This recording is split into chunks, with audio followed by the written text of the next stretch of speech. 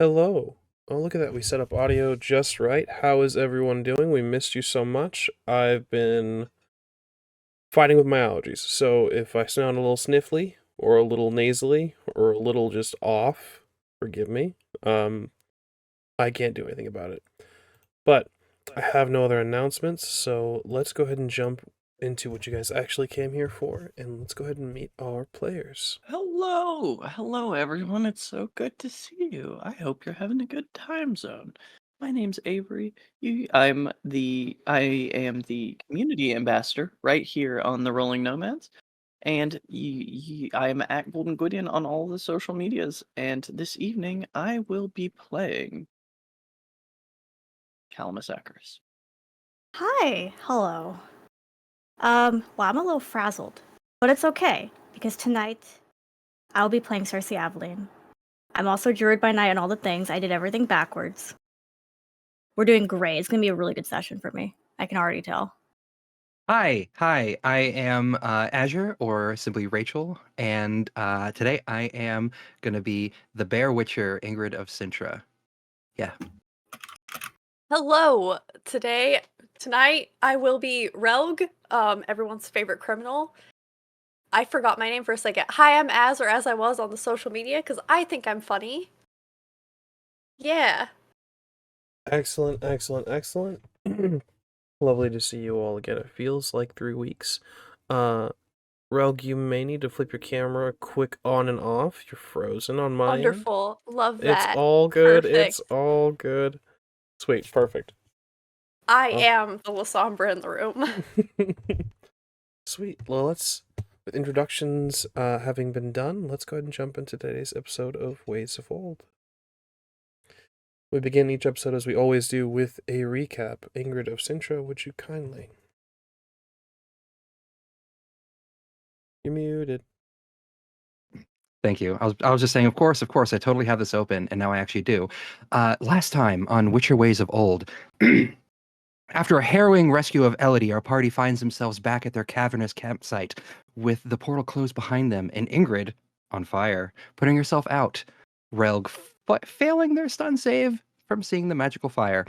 Calamus, setting Aurelia down after rescuing her, helps Cersei take Elodie to the cart to recover, leaving both Cersei and Elodie in the cart for some much-needed alone time to be vulnerable and to just be together. While that's happening, Aurelia is looking over Ingrid's damaged arms while she lay on the ground. Relg bringing over numbing herbs to help, Aurelia noting that Relg's discomfort while assisting. Calamus, all the while, found comfort in stroking Pretty Good's mane, allowing in this moment for his emotions to spill out, sobbing at their victory, the intensity of the situation, and Relg being seen for the good that he can do. It is then that a rustling in the bush and the chatter from beyond the campsite brings Calamus to attention, straightening himself up as a small group of travelers emerge.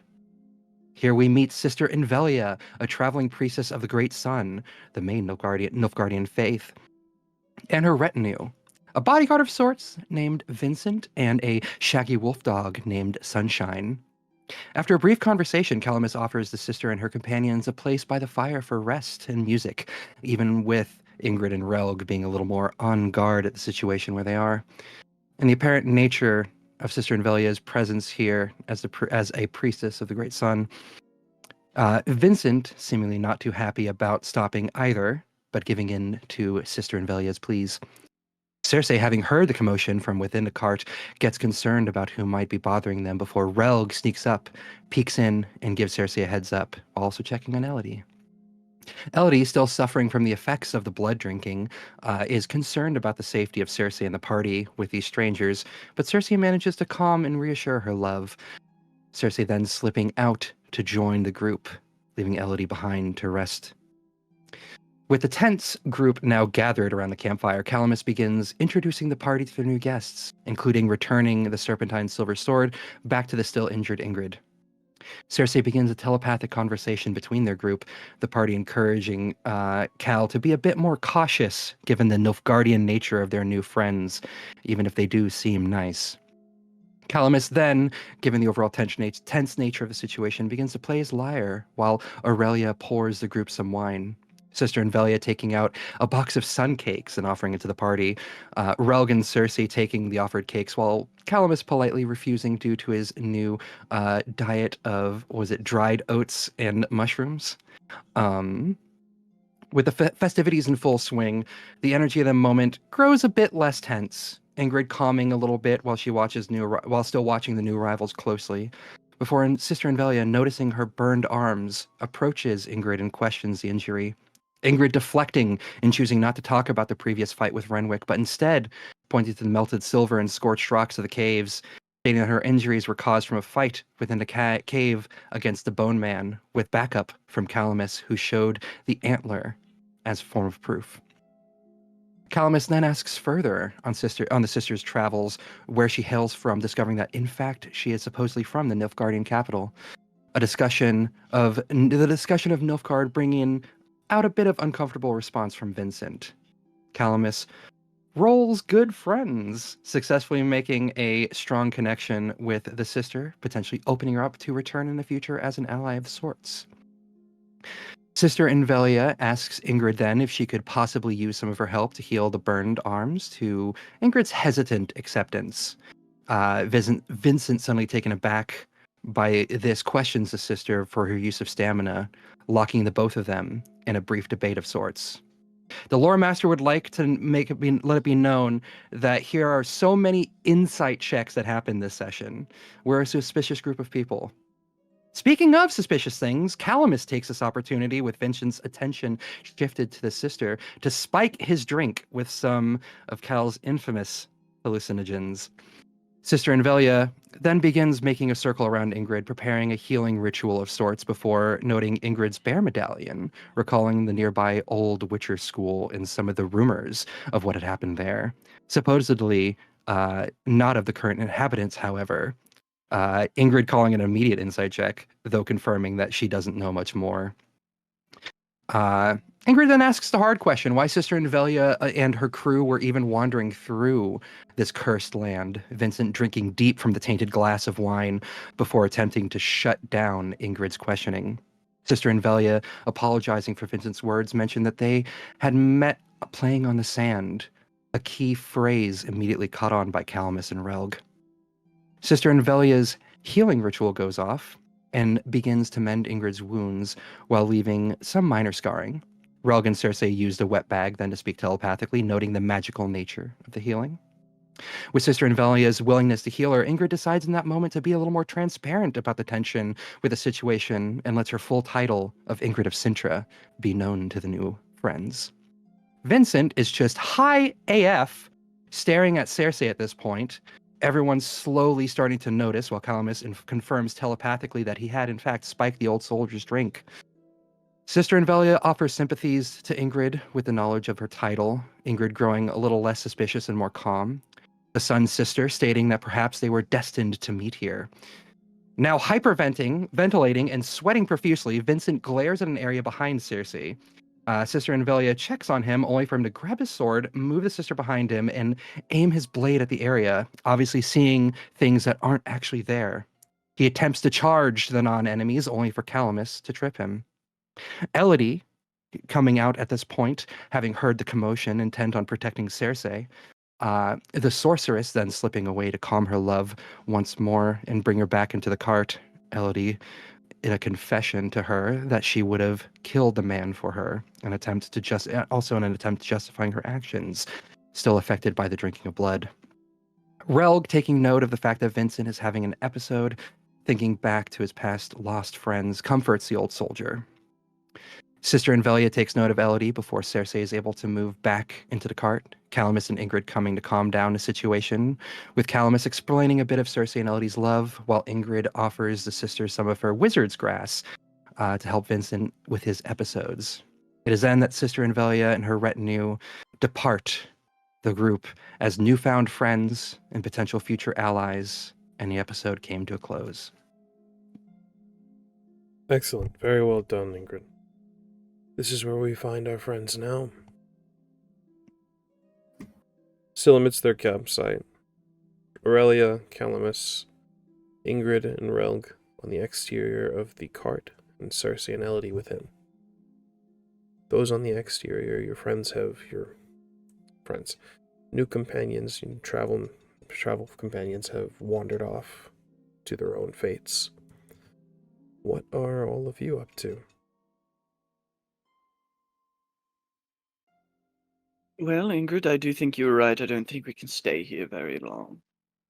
So Yeah. we need to collect the rest of the silver that we melted, and we should get moving. Agreed. We shouldn't be here much longer. Who knows who else might be combing the areas now that the Bone Man is gone. And especially with Renwick not that far away from us. And without the cover of the Bone Man's blizzard to mask our escape, we will be out in the open. Agreed. I think both you and I are best suited for this. Do we want to collect the remaining silver? I would like to grab at least as much so we can make you your own sword when we have the opportunity. I would like that. I'm not sure if there's enough. I don't know how much silver it takes to make a sword. I don't even know how much iron it takes to make a sword, but We'll just grab enough. We'll just grab as much as we can. yes, and Relg marked this place on our map. We can always come back. He's a master prospector now, so Potentially when things are safer. Yes, I agree. But I don't think we should come back here until Renwick is dealt with. he is gone, as it were. Yes. Yes. Now, I just watched you all eat so many cakes. Let us collect this silver, and I'll make myself some hot, dry oats. I'll make sure yeah. that there's no trail of what happened with the sister. Good idea. And Great. Rob's going to start making sure that where that ritual took place to heal Ingrid, that any sort of marks are brushed away, and then kind of see if they left a trail so we can cover that up in case anybody wanted to follow. Oh shit, I didn't even think about that. Good on you. Excellent. Aurelia chimes in and says, as a note out of character, we had established, well, it had been done before that Aurelia had cast Standing Portal, and you guys were able to take the cart through. This is gonna continue to be the case, because this was before I had fully read the details of Standing Portal and the exact size. But for the time being, while Aurelia exists, she'll be able to cast a Standing Portal large enough to bring the cart through. She's just really good at it. She's just real good at it. She just dumps more stamina in it than you all do. Oh my gosh. I also admittedly for a split second there forgot that Aurelia was there and could portal us. Rog hasn't. She made him feel things. Well, Where do we want to go? I mean, if Cersei's feeling up to it, we do have a loose end with that Vislav, I think his name was, the one who's contesting Cersei's right to her estate. That would take us to Sintra. What we need is somewhere for Elodie to heal. I have a home, as far as I know still, in Sintra, though it was on the outskirts, though I haven't been back in some time, for obvious reasons. We could use that as a safe haven. In the city of Sintra? Outside. It's outside the main city. It's in the forests surrounding the old Cintran capital. There's also the option of my family home in Atra, but if Elodie is feeling unwell as far as her desire for sanguine fluids, that may not be the best option to be surrounded by so many people at once. Agreed. And if my home still stands, and if it's not, well, it shouldn't be occupied. We should ask Elodie. Yes. There we go. We should stop talking about her reality. and maybe Yes. ask her on Cersei and maybe check on him. I was just giving him a moment based I on don't- what Ingrid's don't- already walking to the cart. Ingrid's already. Calamus is gonna just start scooping up this bloom silver and putting it in a bag. Excellent. As in, quick aside, Ingrid, when is the last time you were at your home? She's probably kept it as if she's in the area for whatever reason, a place to lay her head for free, pretty much.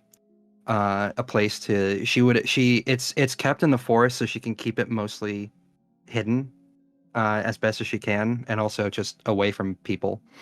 Well, I have to ask because you had described not really being back to Sintra proper in some time Yeah. last we set foot in the country.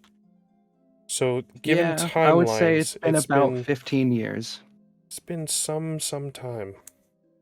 Yeah. It definitely has. So she doesn't know, but she knows that building exists and it's hers. A lot can happen in 15 years. Yeah. But that is a problem for the future.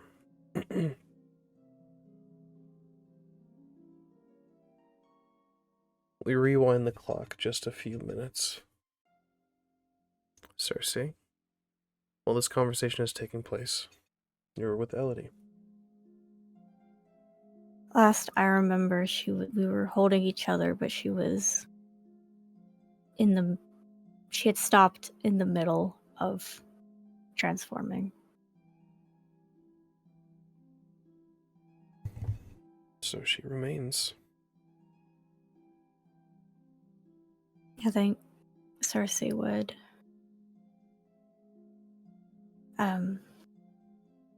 give her a squeeze and kind of gesture to, like, let me go for a second. She does.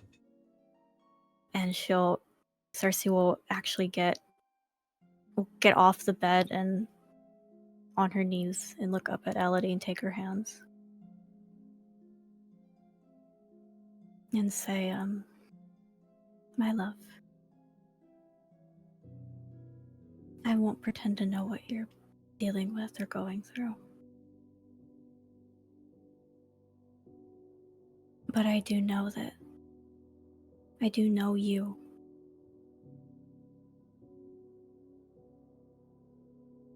And I do know that no matter what, you are not a monster and he could never make you one.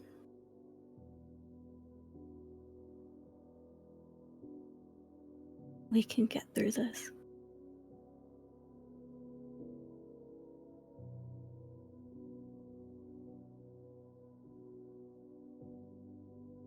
Cersei, do you mean what you say? Of course I do. I'd like you to make me an empathy and persuasion roll. I kind of want to put my luck into this. This feels like a luck moment. This feels like a luck moment. I'm gonna use all 3 luck. So many. On the road, that sister with 10 luck just Yeah, waving for it about. real. Just using luck as a treat. Just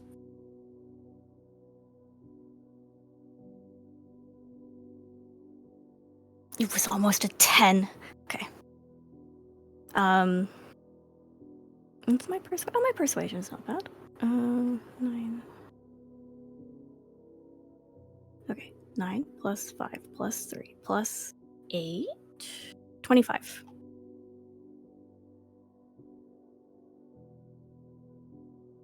There are rare situations where I will tell you what I roll for certain NPCs. In this regard, there was no DC set, but this was based on a roll made by Elodie.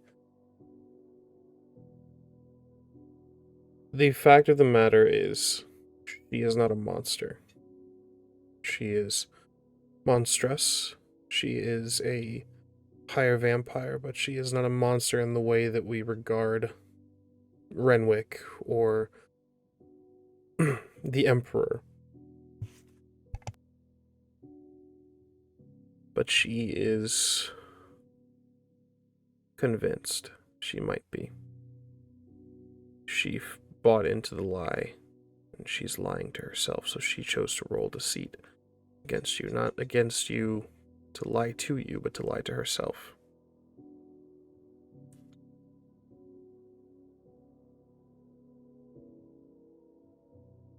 And with a 24 to your 25, Cersei. She begins to weep.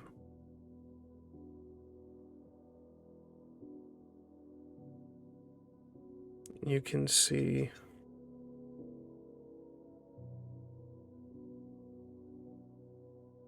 so much inner turmoil and conflict. It's not something that's going to easily be done. You might have to make this roll and make this same argument over and over and over. She will need reassurance. She will need care. She will have moments of doubt. She will falter in her own confidence and courage. But for now, a small part of what you say breaks through, and there's a sliver of hope for her. Do you remember? Well, first, before I just keep talking, I'll let everything out, and I'll just let her sit in that. And I'll continue holding her hands.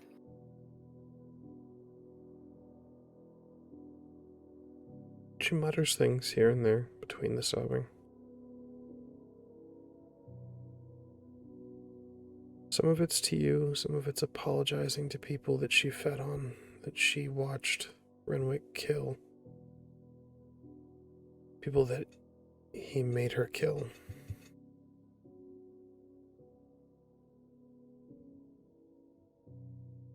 It's a lot of broken sentences, but she takes a moment and calms after a while. Do you remember when after you first met Ingrid and Nyoka, and they found out about who you are, and you said something that I couldn't have forgotten. You said, "This is me, who I am in my heart."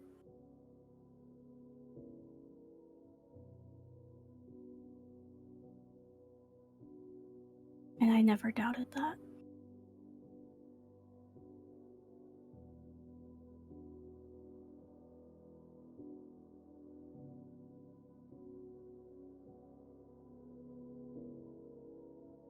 I've almost forgotten who I am. I know. But you don't have to remember alone.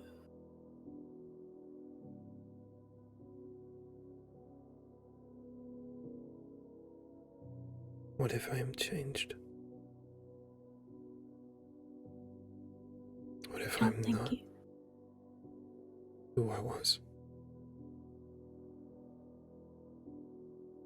He can't take that from you.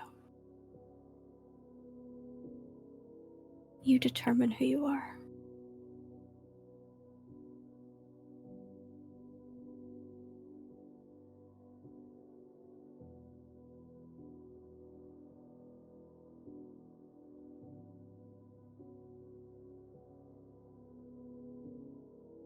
She doesn't say anything.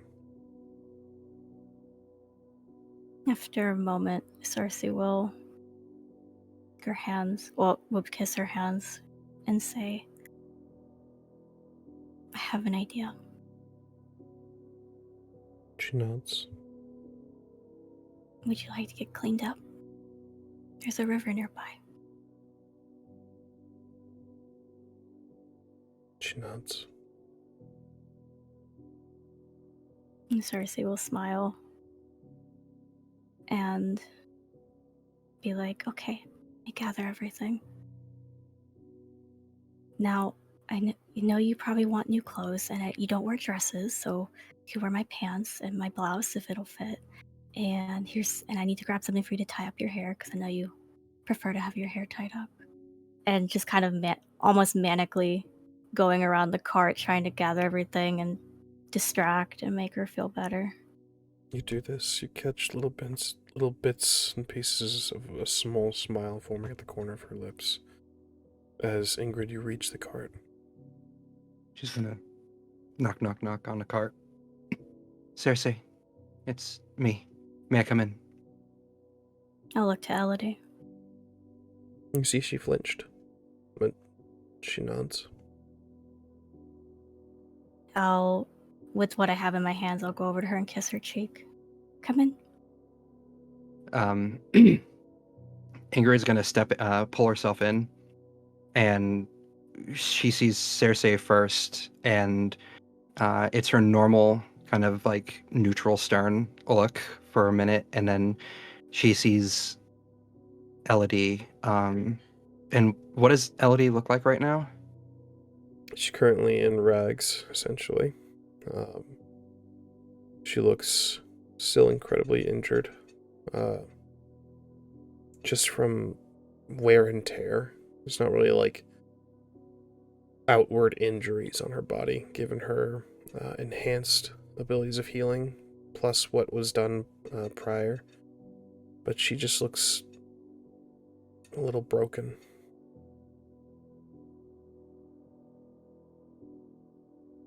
There's no tears, but Ingrid's Witcher eyes fall on Elodie, and there's a quiver to her lip as she shifts back very quickly to Cersei.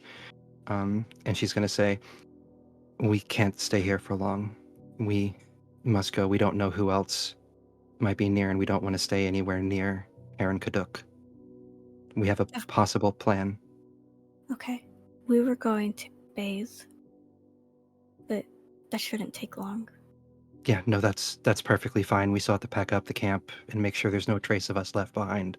She looks to Elodie again and then shifts her eyes back to Cersei.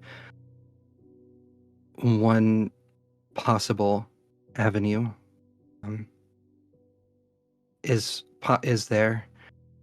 We could have Aurelia take us to my old home. I'm not sure what state it's in. Outside of Sintra. It's just far. It's just far away enough from here to be safe in the moment from Renwick. And I don't know the state of it. It's been some years since I've been back there, but it's in the forest. It's well hidden. We could find shelter there in a place that is not known for any of us to be there anymore. I was thinking outside of Sintra too, actually. We could restock anything we need. Yes. Sparingly. And it's far enough away to be safe in the moment, but close enough to, should anything need happen. And she's going to say, "I will leave you two alone now." She's going to look to Elodie then, and she's just going to say, "I'm sorry." She shakes her head.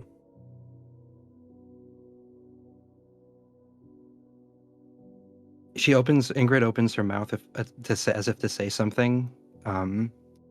She's having trouble meeting Elodie's eyes, and she's just going to turn around and step out of the cart. Do this. Our vision follows you, Ingrid, as you rejoin Calamus, Relg, and Aurelia. Cersei, you are readying Elodie to go wash up. Those of you outside, you have to pack up camp, grab up some of the bloom silver. Is there anything else you'd like to do?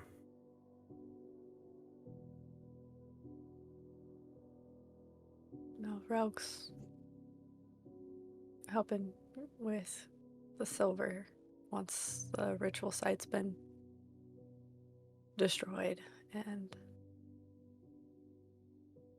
kind of like putting everything like near the cart but not in until Cersei and Elodie come out. Understood. Calamus, is there anything on your end? I think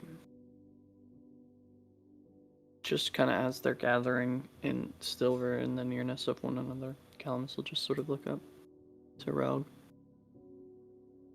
Would you mind too terribly if we use some of this to make a sword?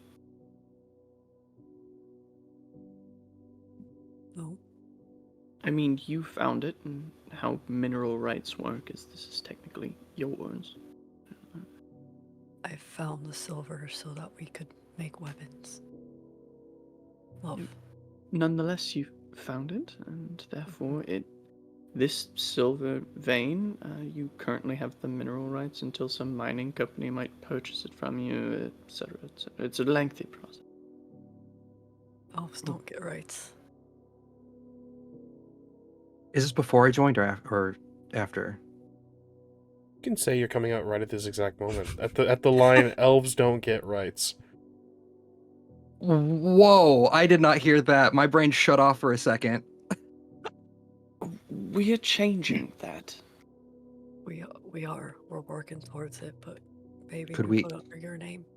We could write the name on the wall. I could use I would prefer magic. we don't put my name on any walls. That We could write Calamus's name. We could write. The tricky bit is they could just, any other prospector could just show up and burn it if we're not here, and then there was never any record we were here in the first place. It's all very precarious. I don't Regardless, understand. I just- And she's just gonna start. Thank you. You did this. I mean, all of this. Because you decided to do the right thing. And you did it well. Yeah.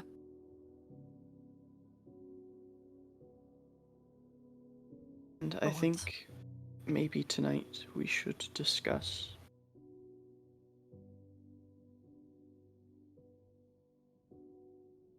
your previous employer.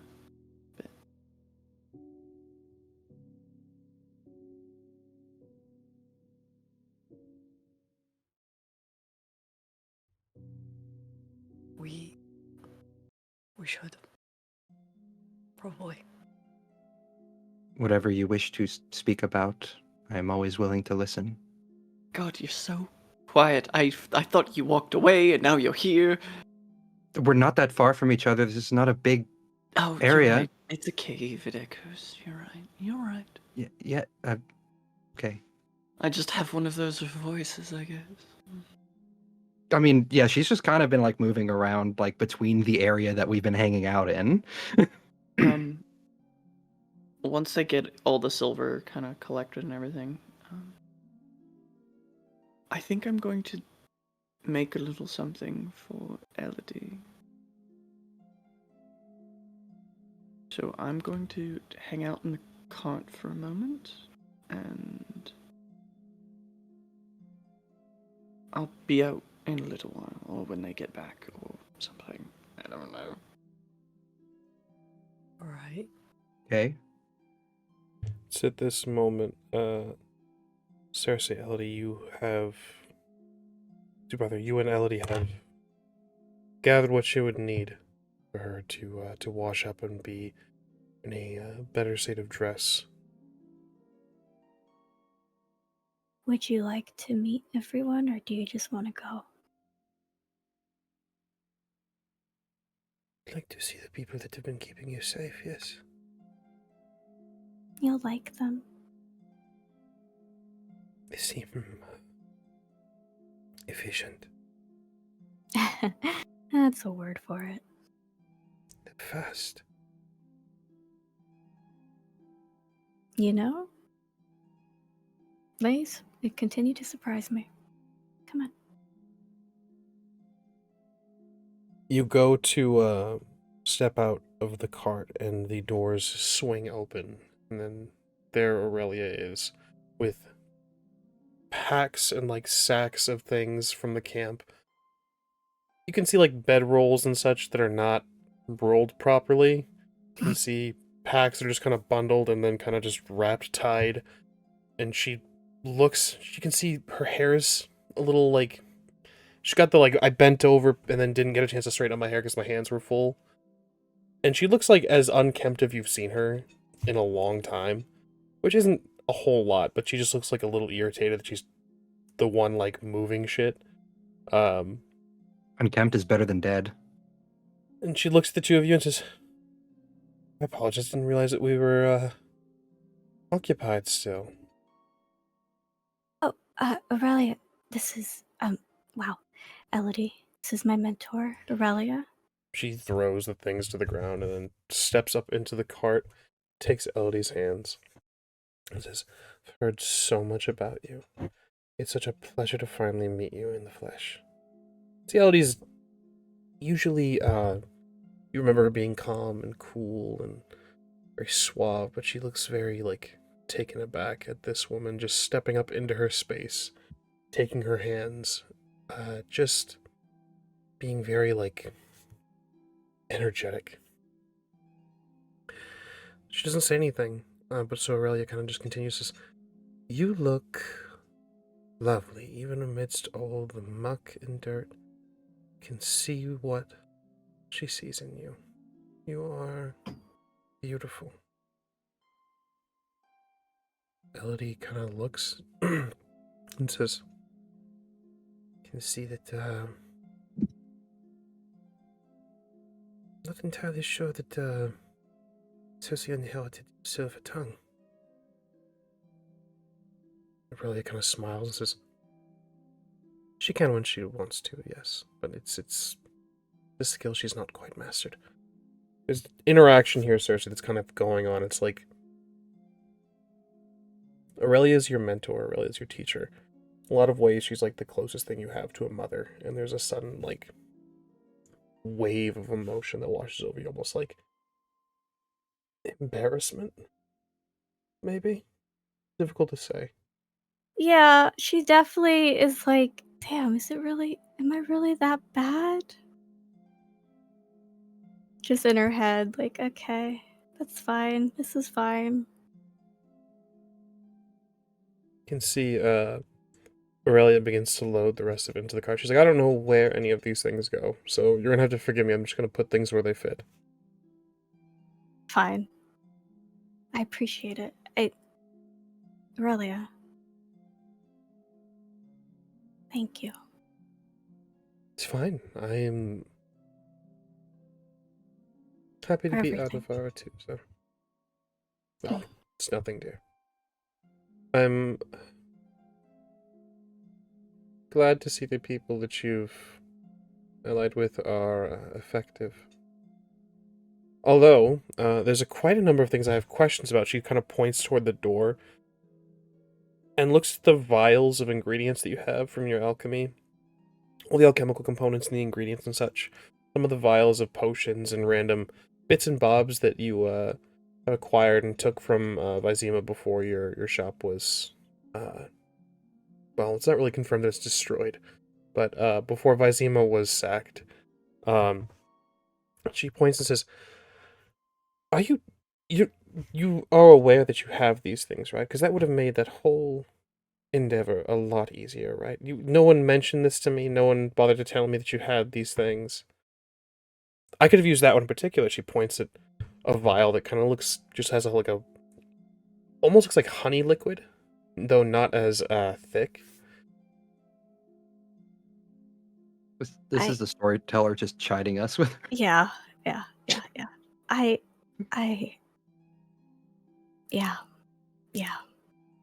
I'm just saying, darling, you have to remember your resources, and there's quite a bit here. At the very least, you're living in a cart. I mean, and at least sell some things and make some upgrades. I sold Witcher secrets for this. Well, when It shows. when we when we're no longer being hunted, I will make a point to continue my business. I love you, Gilbert.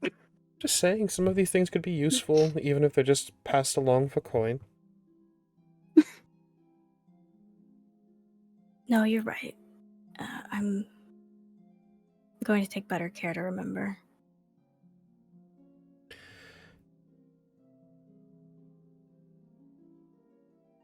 She looks at you, and then looks at Elodie, and then looks at you again and says, "How long have you been together?"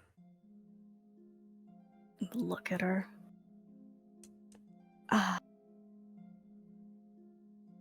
Couple You re- years now.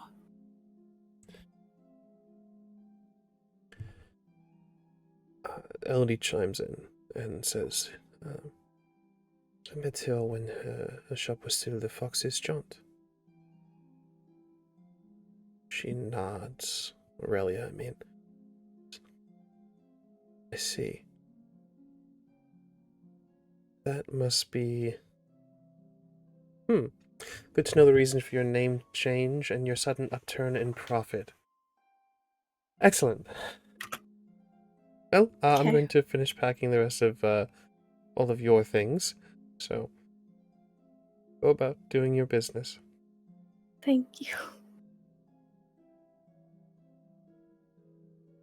Well.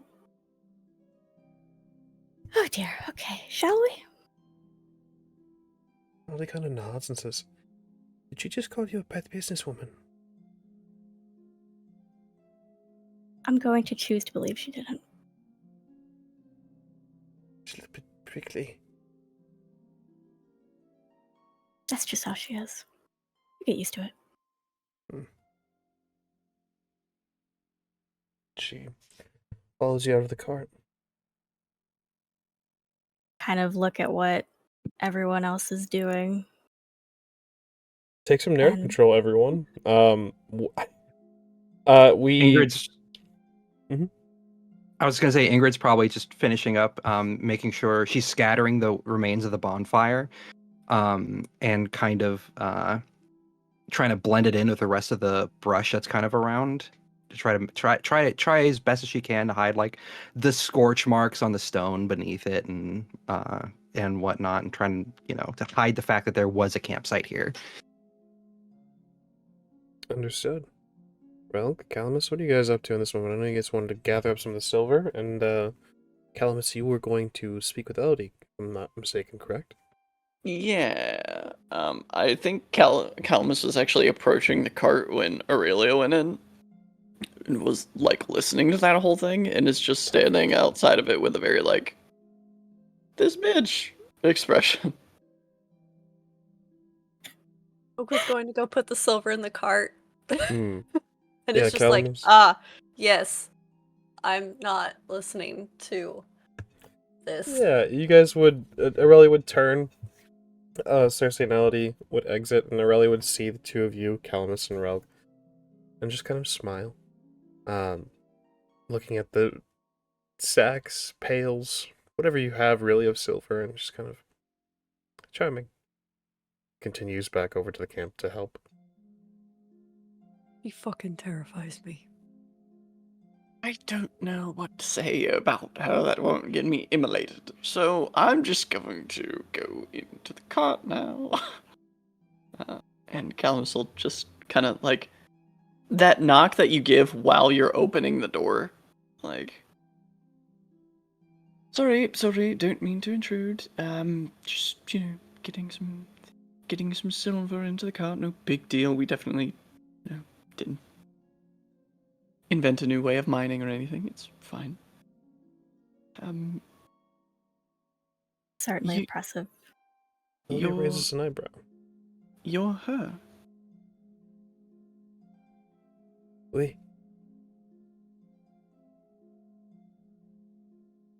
Feel like it's only natural to pay due deference to the impetus of our entire adventure together up to this point. It's wonderful to meet you. You followed her for me.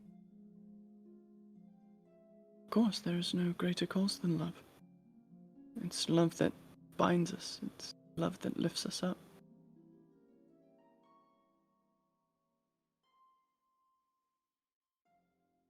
She doesn't say anything in return. She takes about a half step closer to you, Cersei, and then grips your hand. And I mean, honestly, could I even call myself a bard if I refused the call to adventure, which was the truest love's aching heart? You're doing great, Calamus. Thank you. You're a minstrel. Sure, it's a bit of a dressed down term for what I do, but yes, I sing songs and tell stories and other less remarkable things. But not for long. I think my days as a bard are swiftly coming to an end. Not too soon, I hope. I've missed the music. I have to sing for you when you're done doing what you're doing. Actually, can Aurelia just kind of make us a portal? Is that a thing that she can do to take us somewhere not here? Relg, you feel not exactly like a shoulder check, but it's more of a shoulder brush as Aurelia moves past you, tossing another pile of your guys' stuff in. Looks like a potato sack full of like the coffee pot you were using to smack at rocks. A little bit of the silver. It just sounds like a heavy potato sack, and she says, I can make any portal you'd like, dear, if only we were packed up and completed, and if everyone was doing their part and taking camp down. But we'll get to that, I suppose, eventually. You would be dead. You would be dead if I didn't grab you and pull you through that portal. Carl, I feel like maybe we should just, you know, scale it down to like a 5 instead of an 8, maybe. Oh, you lovely, lovely creature. She takes your head, your face in her hands and says, if you don't think that I could at least handle myself for a few seconds before teleporting away from a higher vampire. Lovely boy, you don't know mages. She gives you a couple pats on the cheek and then continues to walk toward the rest of your guys' camp. That was... Ingrid's gonna tap on the door. And she's just gonna be like... She's gonna be like... I have to agree. We can talk more when we're in a safer space. We are not in a safe space. Let's try to... Right, yes. Well, Elodie, if you wouldn't mind, I would like to sort of get some things together for you that might make you feel a little more like yourself, if you wouldn't mind. Be arduous task for a bard. I have 5 sisters. I dress up as something I'm used to.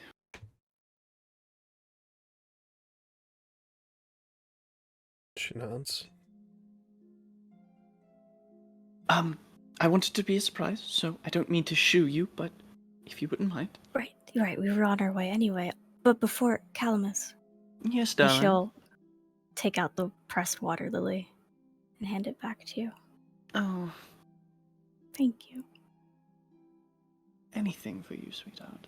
All you ever have to do is ask, and I am your servant in perpetuity. Darling reckless one, is this your tent? Dear God. I'll help you tear it down. Lovely. Thank you, Ingrid. Don't... Never mind. And Calamus will just start getting things out and sort of, like, comparing perfumes and smelling them and sort of... Excellent. Well, Well, we'd step out and see Relg.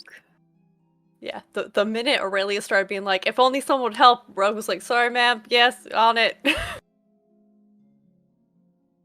Excellent. Personality step out. Relk, you may interact with whoever you wish as you'd like. Or if you'd prefer to keep your head down and just break down camp, that's entirely valid too. Mages terrify Relg. Fair. Ingrid's there. He's nice. Like he will look up once Elodie and Cersei come out and just kind of nod. Give them both a once over. Let's see how they're holding up. Elodie, this is Relg. I met him alongside Calamus. Charmed. I do apologize for anything Cal may or may not have said to you. It's lovely. Good. Good. You were quite effective in your craft. Had a lot of practice. I'm sorry to hear it. Thank you. Thank you. Come. It came in handy though. You'll have to thank me. It's just good to see you with Cersei. And nice to meet you. It's good to meet you.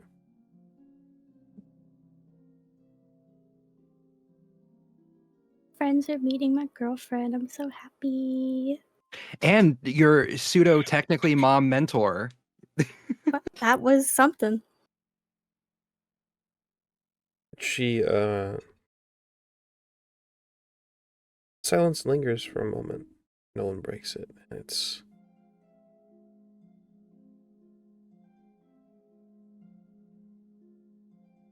I'd like Relg and Cersei if you would like to.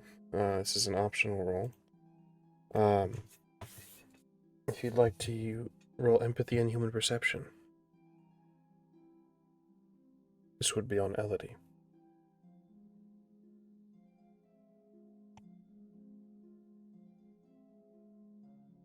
$11.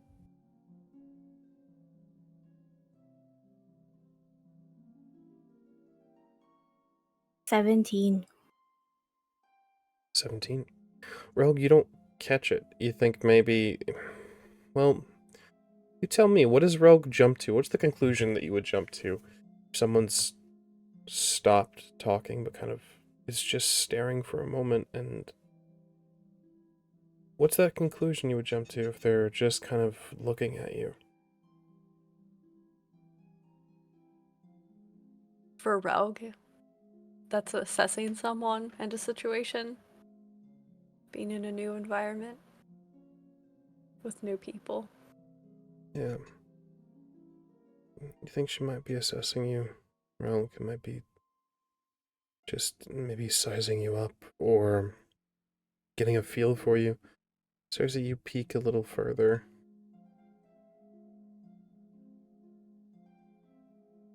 She's trying to find a way to say thank you, but bigger. You can recognize the hesitation, the emotion. You all jumped in to save her. You all jumped through into the dungeons of Haran Kaduk. Relg picked the lock. Relg quite literally freed her from her shackles.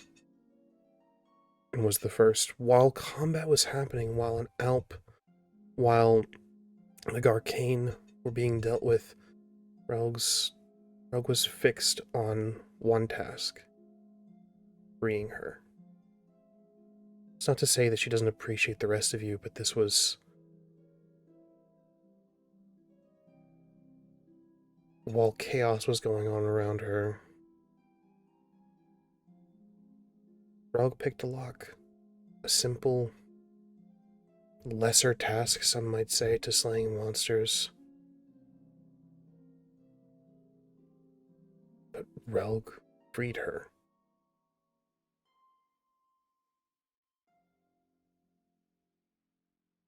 I think Cersei would squeeze her hand and kind of look at Elodie and just smile. Give her a reassuring smile. Relg, thank you. very brave.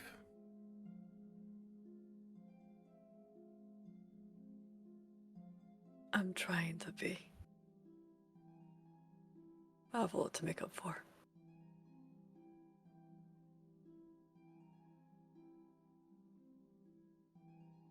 Yes, do I. Shall we, my love? She nods, takes your hand, lets you lead her. River. Don't To know the where it river. is. To the river. Yeah. We all So- really need a bath. Maybe that's I mean, we next could stop. take turns. Yeah.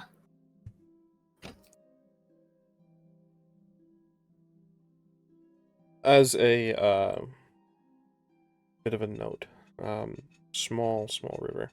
This will be just as a geographical point. Halfway between a stream and a river, it's just large enough to complete the task. But while this is going on, the rest of you are packing up camp. And as much as I would like to hand wave some things away, but I do need to be very specific in certain cases, such as with the silver. Packing up camp is not terribly difficult. Given that you guys are going to teleport to wherever your next endeavor is, the weight of the silver is not going to be too crazy, too difficult. I just need to know how much of the silver you're trying to grab up. And because there hasn't been like a quantifiable unit amount given yet, I basically just needed to know a little of it, most of it, all of it. As much as it, at the very least, making a proper silver, enough to make a proper silver sword for Calamus and a proper silver weapon for Relg.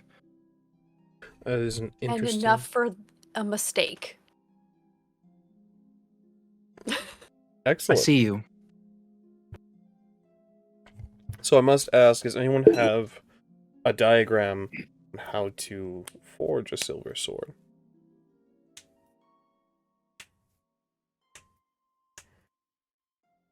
Arrows and throwing knives. You know, the blacksmith in Sintra might. Yeah, that's probably good. Yeah. Well, I'm only asking... Go on. I have no You have any sword diagram at all? Unless Nyoka had any that he gave Ingrid, no. It's a shame. I know I have the Nyoka's not medallion here. one. You do have the medallion one. So, with that being said, I only ask for the quantity being gathered. I'm going to need from either Calamus, Ingrid, or Relg.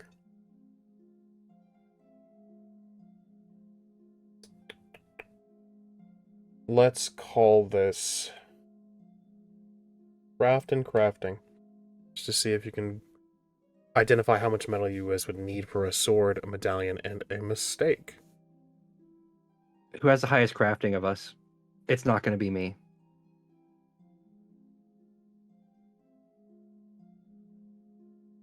It's gonna be Calamus.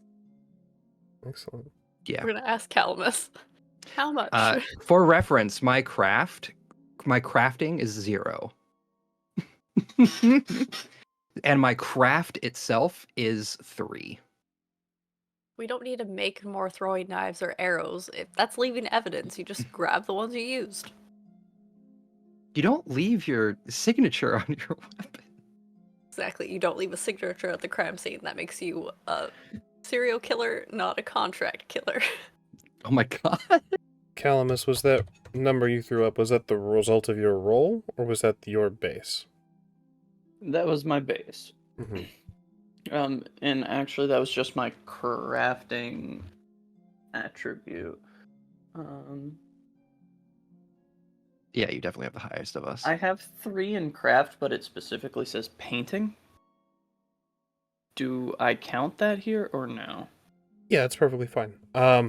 So you're kind of just gonna eyeball this, essentially. It's not going to give you... This roll's not going to give you an exact amount. You're just kind of basing it off of what you've seen done. So I did roll a 10, which exploded and gave me a 5. So that's 15, plus 8, 23, plus 3, 26. 26. Well... Calamus, if it's anything like regular steel or iron being forged,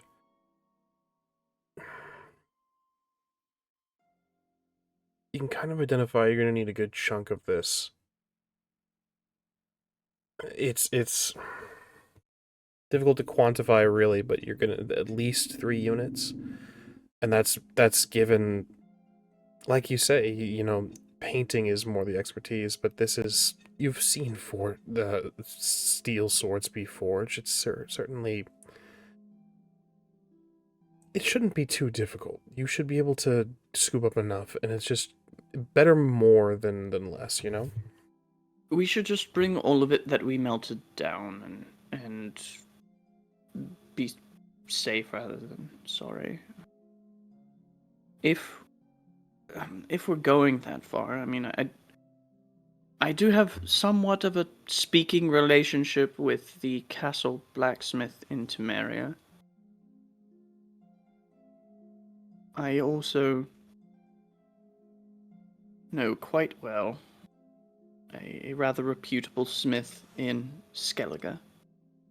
Alright, when you say quite well, is this going to be a situation where we're going to have to run after the fact, or? No. I told you about the sirens, the first monster that I ever fought. There was this little village on the coast, and blacksmith's son had been grabbed, and I didn't know what else to do, so I leapt off of a very large rock and landed on the siren's back and stabbed it until it stopped moving and dropped the boy. So he does... I spent a lot of my time in a castle in Skellige, but I would go and visit the smith and his wife and his son, you know, once a week for supper or whatnot. There are options.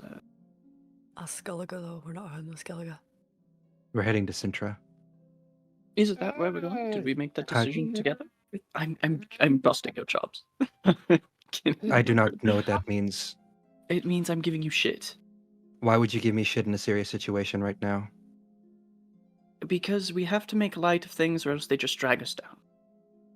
We can make light of things once we are safe? Yeah? Ingrid, you gotta loosen up a bit, but yes. Aurelius Just a bit. speaks up and says, "This blacksmith, would you say you were close to him and his family?" Close enough. I mean, first name basis, we had dinner together once a week. Lovely. So they would have missed you, would you have thrown your life away recklessly? Don't know what you're talking Interesting. about. And she continues to scoop up silver. You just have some shit to say all the time, don't you? I would love to know what that meant, Aurelia.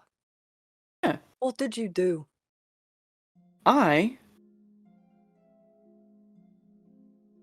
You both came through the portal. Like, Yes. we talked Yes. about run. Run Yes, was exactly. The plan, Cal. Exactly. Well, Aurelia was sticking behind, and I didn't like that. So I picked up Aurelia and brought her through the portal. It's why I went back. He scooped me up like a knight in shining armor and played the part of a hero. You should be very proud. sweeping up a damsel in distress with no means to defend herself, not as All if one right, was an okay. archmage who channels chaos with thoughts So and you will, not may- even words at this point anymore. Why are you being so rude about this? Did you want to die back there? Is that what you wanted? She would have been Because fine. she steps up very close to you, Calamus. You are a foolish young lad. And I am tired of seeing foolish young lads die needlessly. Pick a different point to die. Not saving a mage, someone who has full well capabilities to defend herself. If you're going to die, die for something that matters. Had you stayed, had I been forced to close the portal, he would have killed you first. And I don't need your death on my conscience. Not what this was about. I hate to bring this up again, but we are once again not in a safe area. I understand that we're waiting for Cersei and Elodie, but again, we need to go. Then pack things up, Ingrid. I am. You're the one that was waiting. This There also seems to be a applies conversation to to have you, here. Ingrid of Sintra.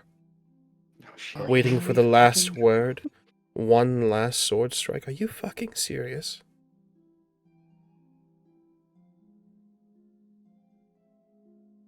I wanted to make sure that he was not going to follow us. Yes, And yes. that Everyone wants to be everybody the else got last out. man standing. Everyone wants to be the last one holding the line so everyone can be free.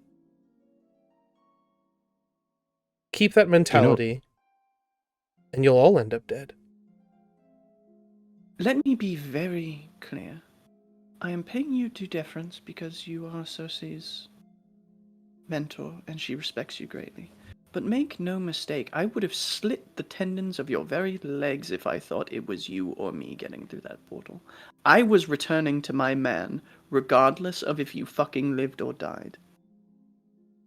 Let me be very fucking clear. You don't know me. And the only value I stipulate upon your life is that Cersei respects you.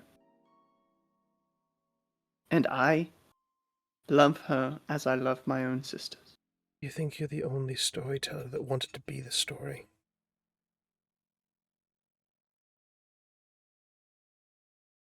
And do you think you're the only mage who thinks that you can channel all of chaos on your own? Are we Okay, going I think to keep shooting each other below the belt, or are we going to get on with this?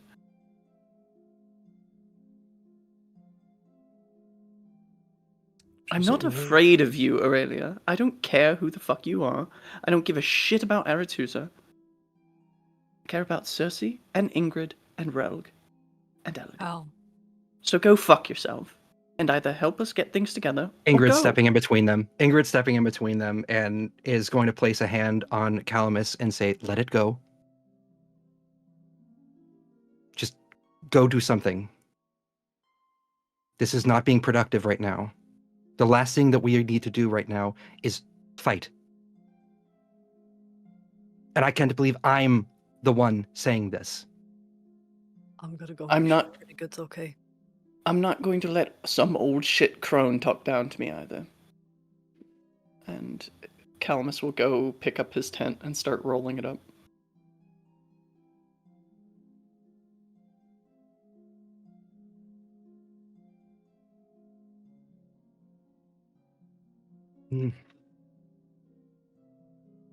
Ingrid's just gonna watch. There's a moment, Relg, you see Ingrid tense up. She was about to slap Calamus hard across the face. Oh, Relg went to go take care of pretty good. Relg is upset.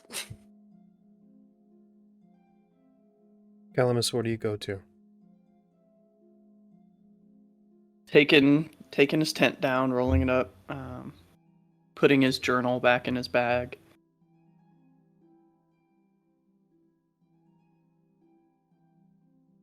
Ingrid, where do you go to? He's staying by Aurelia and helping her do whatever she needs, knowing that Cal needs time to cool off just like she does. There's still, ironically to say, there's still a lot of pent-up emotion given the situation held within Ingrid right now that she has not dealt with yet. But it is probably in that moment where it's just her and Aurelia, that she's going to say, I'm sorry, you're right. I should have not waited as long as I did. Being back home did something to me. And I wanted to make sure that you and Elodie and Calamus and Relg and Cersei all made it back safely. You're right, I didn't care about my own life. You're not a child, Ingrid. Don't take my chiding for chastising. Your friend is right, I'm an old crone. But I'm not your mother. Nor am I his, nor am I Cersei's. What I am is an old crone with a lot of wisdom. And that is why I respect Stop you. trying to die for a cause. Kill him when the time is right, and live to tell the tale, live to boast of it, and tell your children, your grandchildren, or Cersei's. She looks over in the direction of the river.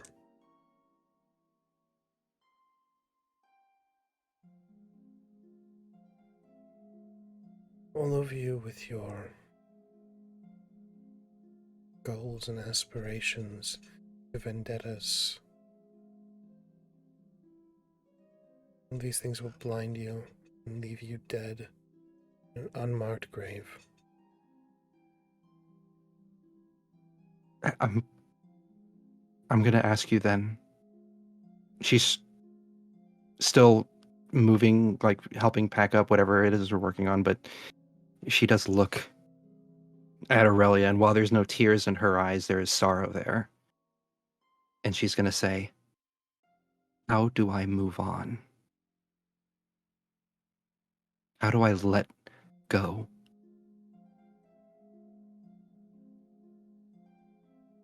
You have all the tools you need. I'm not going to coddle you and say it gets easy. It'll be a struggle every day. You will have days where you falter. You will have days where you are so below into the pits that you cannot operate.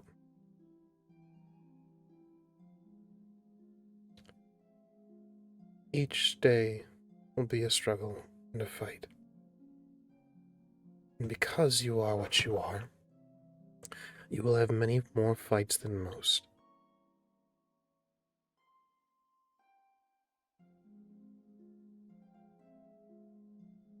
Thank you. But just as with this last interaction,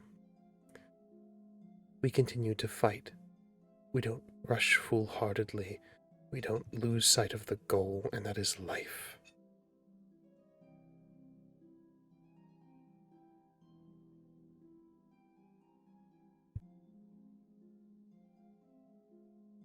Spent so many years not valuing mine, feeling dead inside, feeling like I never made it out of Bear Keep. The only happiness I have in my own life anymore are my friends. Without them, without my sword, I don't know who I am. And perhaps that's part of the problem. The lucky part is you don't have to give at least one of them up until one of them rushes into danger like you did. But, as I said before, because of what you are, you will have many more days than most, and perhaps you can pass along the wisdom before you're considered an old crone. Maybe you should start now with your young companion who doesn't seem to take the elderly into heart. You're right. I have a lot to teach him. Do it But now while you he's- can. You're getting older by the day. Old crone. You're quite beautiful for an old crone. It's the first and last time anyone in this fucking Camp will call me an old crone. She begins to kind of pack things up. Relg, you are petting pretty good. Yeah. The stress horse just... Just like, all right, I've never had to really deal with this. Like, this looks like it's attached to the cart correctly. Yep, those are some straps. I love that my horse is becoming the emotional support animal of the group. Yeah. Calamus, before we cut over to Elodie and Cersei, I want to get a peek inside your mind.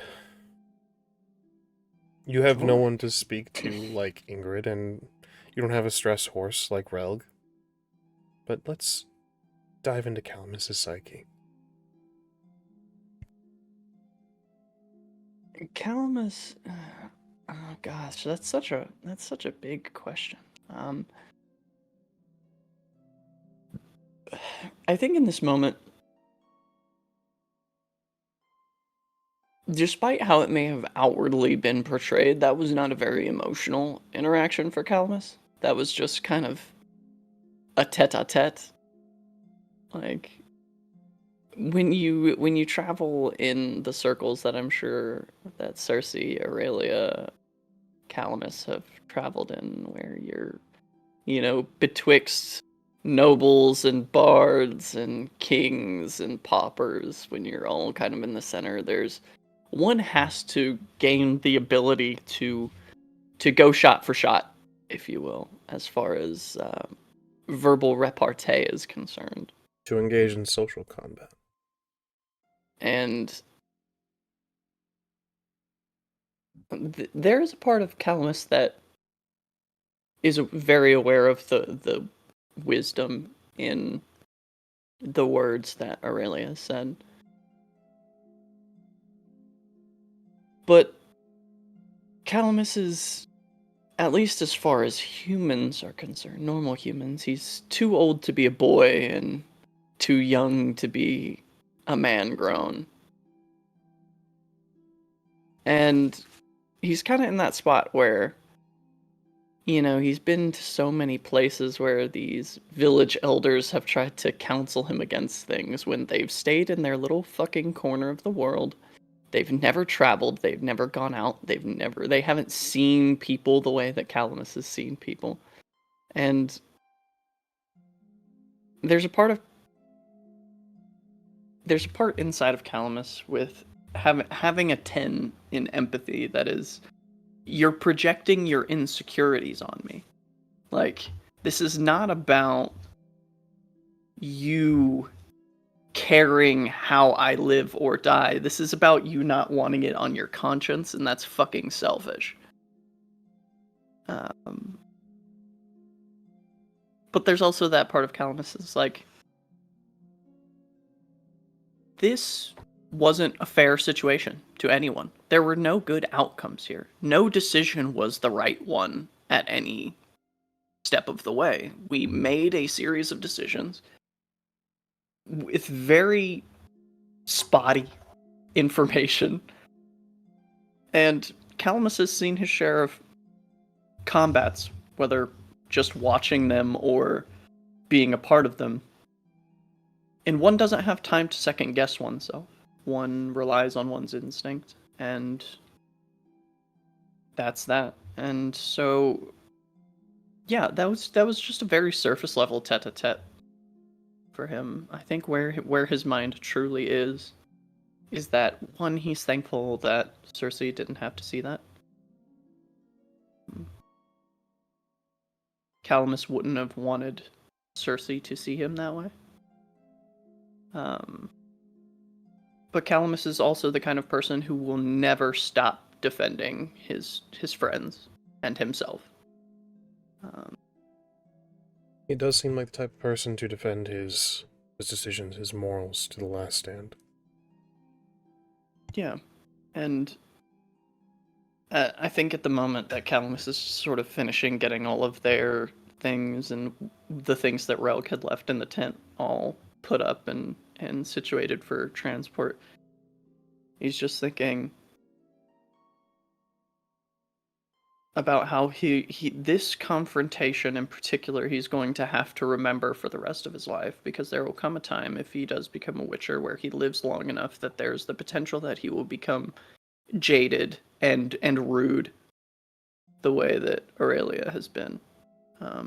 Does it come from a good place and a place of wisdom? Absolutely. Is it still being jaded and rude? Yes. And so this particular memory is getting filed in a very close to the front of the drawer location. In a lot of ways, Calamus, as well, and you can take this as your own stream of thoughts. There are many a great mage out in the world whose name you've heard. You've never heard of Aurelia.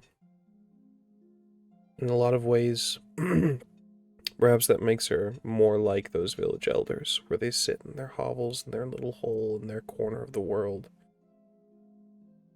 But there are mages that are known, that are in the fray, constantly in the thick of things. Never heard of Aurelia. Yeah. Do with that information what you will.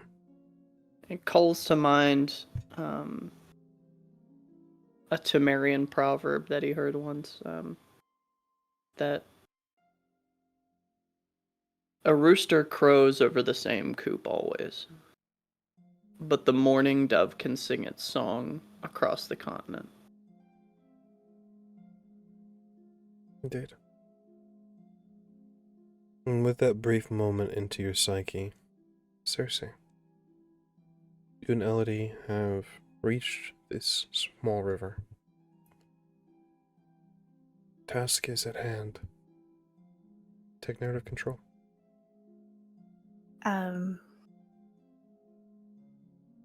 So Circe is gonna set everything down on like a rock or stump,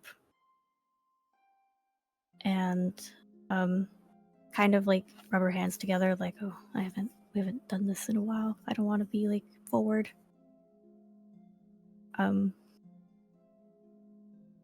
She'll kind of like take a step forward and put her hands up and kind of say like, can I help you? She nods.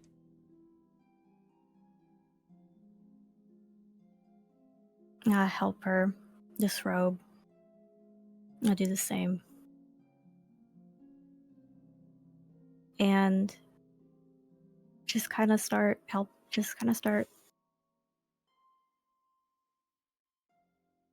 her bathe. Nothing sexual. Nothing, no advances. Just helping her get cleaned up. And I'd like to check her over for wounds. Are her wrists like burned? Not anymore. You can see the fading remnants, likely being faded by the time you've entered the river. But she looks fine. Circe, give me a human perception roll.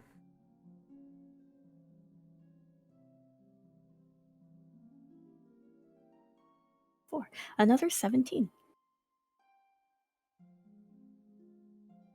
She's been wounded in ways that you can't see. I mean that in the sense that she's a higher vampire and she's healed. Much like Regis looked fine, but claimed to not be at full strength or full power. This is what's going on here, but in a very normal sense, she bears scars and wounds that simply aren't seen. It's not just her body. She's fractured. The way she carries herself is different. She's not shy being bare in front of you, but she looks like she's trying to make herself smaller than she is. think in that moment, Cersei's washing her hair, rubbing her hair, and she starts to tremble.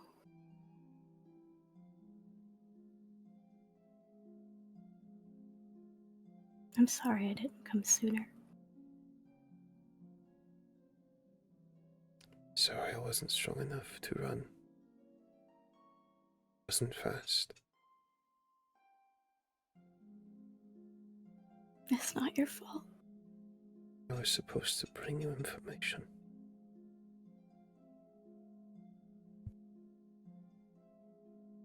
In Yes. hindsight, it was a really stupid idea. I was supposed to provide an advantage.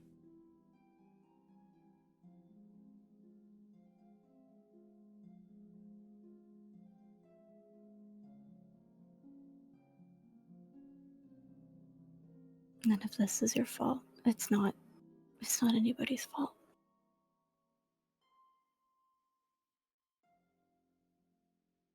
The only person there is to blame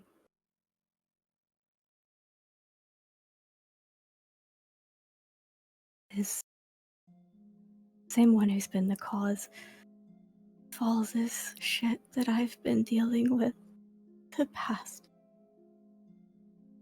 however many fucking months.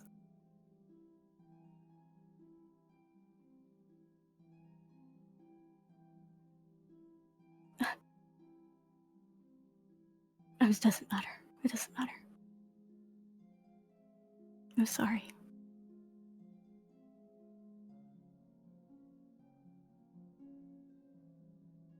We're together.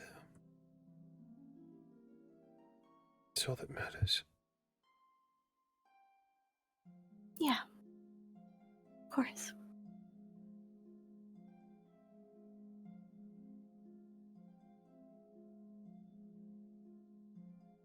Cersei, in a very similar fashion, but you may not speak it.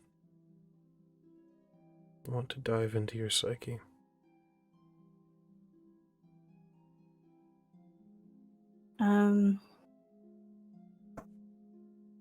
Cersei's trying to keep it together and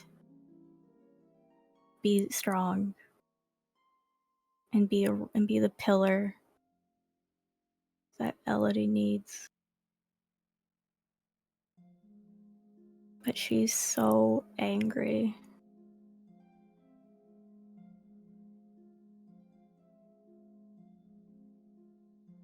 And she doesn't want to be right now. She's trying to have a nice, pleasant experience and help Elodie feel better. But she can't stop thinking about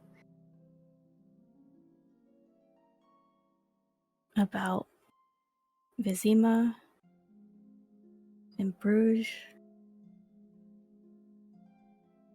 and Baron Kaduk and Elodie and what Ingrid has been through and everything. And I think at this point,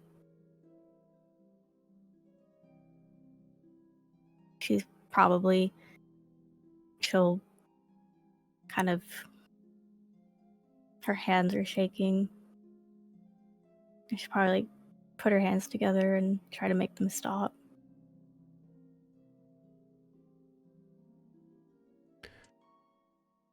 Elodie, in a very similar sense, tries to be the rock that you need. Two people trying to be strong for one another. It's difficult situations. It's a lot of times that the situation creates distance.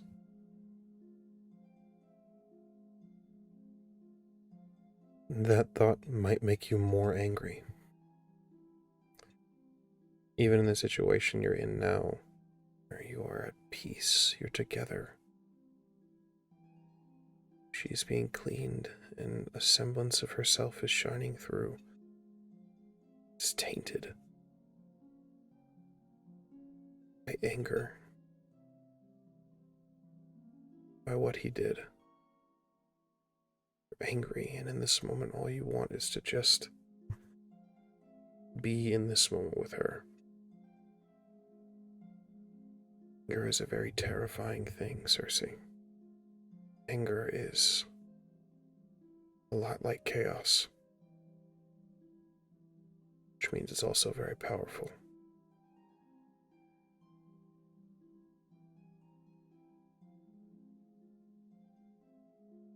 I want you to spend 18 stamina right now.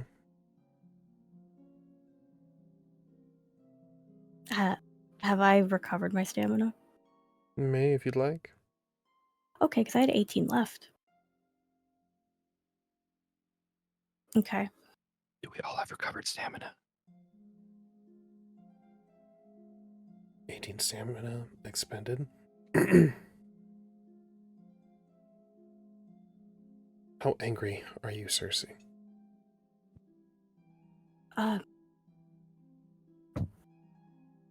Really fucking angry.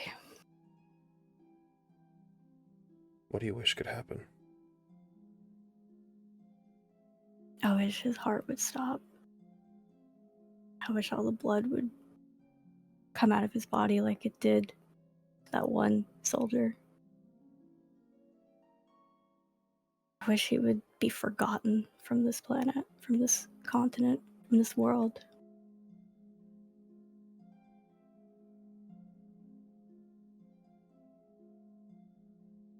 Anger is a dangerous thing.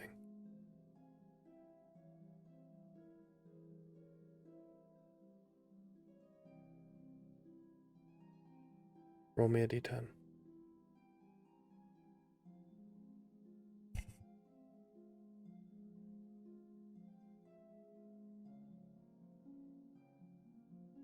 Two.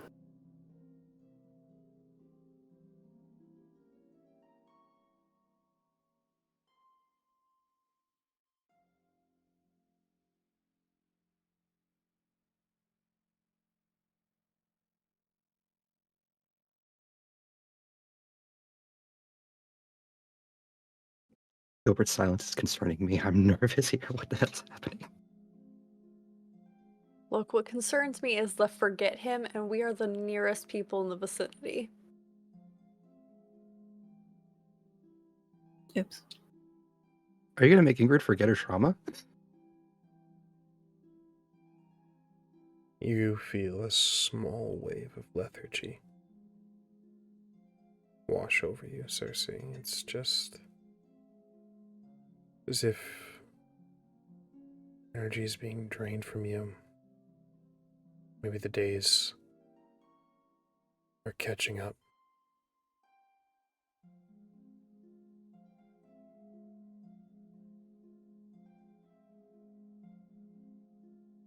Oh, now I want you to roll magical training, please. Okay. All these rolls. That'd be a 20 base. 10. 4. 34. It's a similar feeling. You recognize this. Unintentional magic. But it's not like the flowers. It's not like the ice with the Garcane. No, you've only felt this once before. This dark of a feeling. When you were young. Before Aretusa. This feeling left your family home in shambles.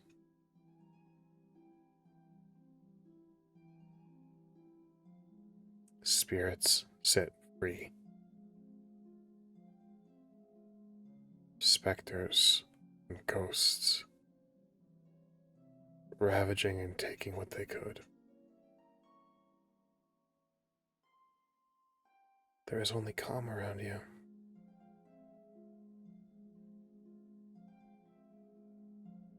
And you remember, Cersei.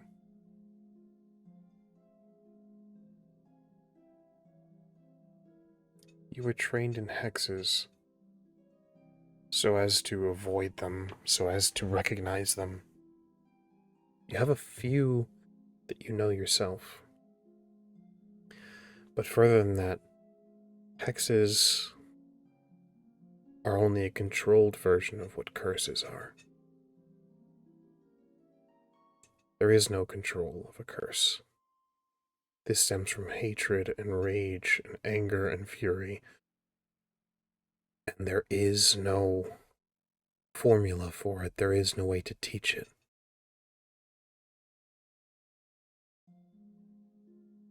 Anger is a powerful thing. It's also very dangerous.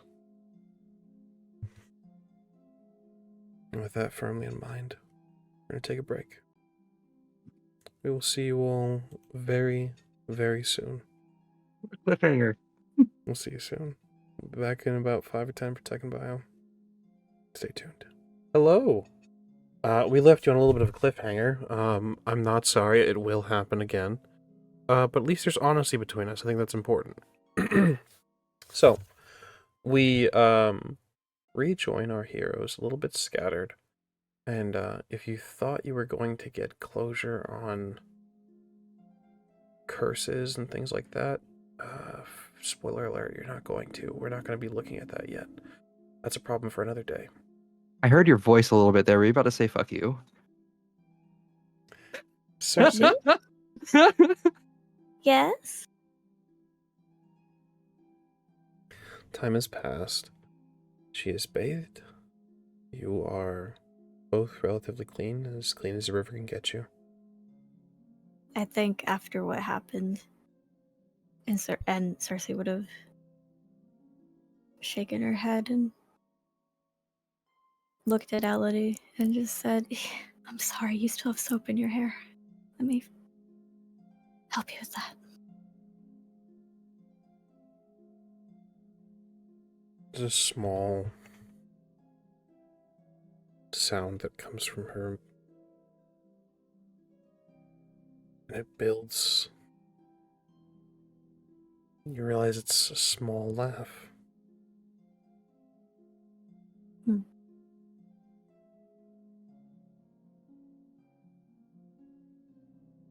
Never would have imagined you bathing in the river, outdoors camping. You didn't think I could camp? Offered. You said no. Oh, yeah. Yeah, well. Things change when your shop burns down. Burns Could have down. done that. Oh.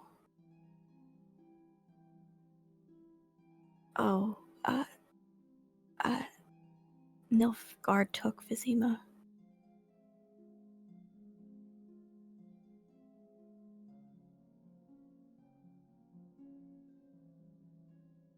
She ponders this for a moment and says,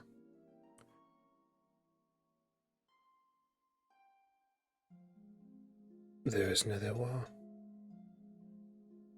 There is.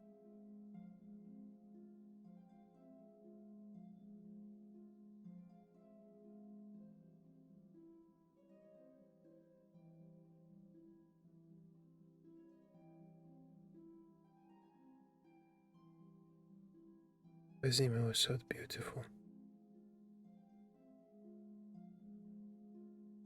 It was home.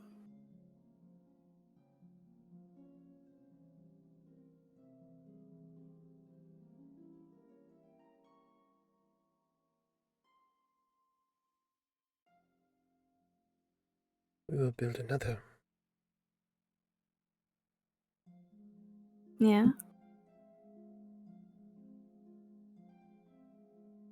Something that Like that. fits all of your new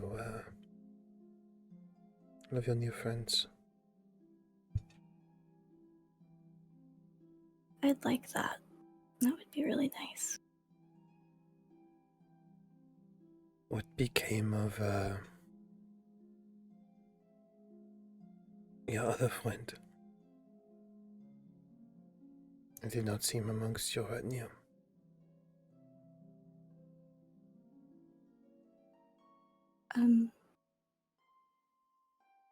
The night that Nilfgaard attacked the city,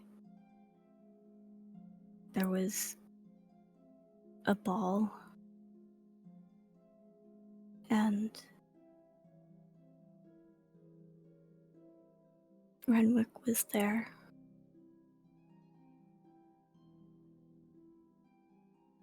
And we tried.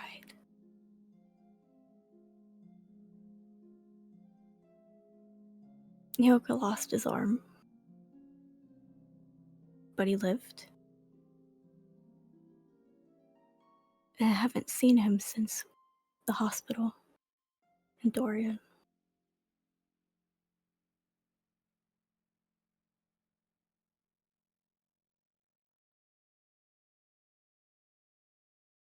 Very sorry. Your fault. Okay.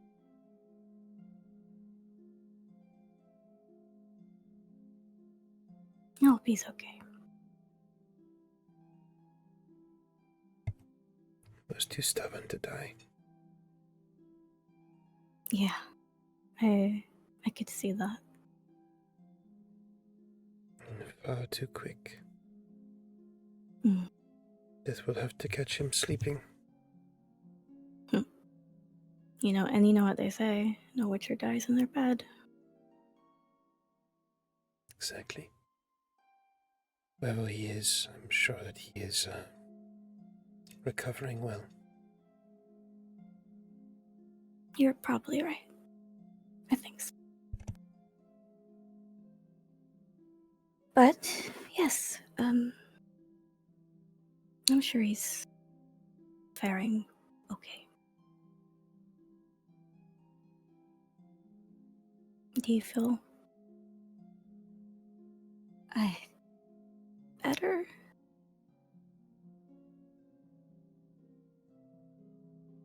You're clean. It's good.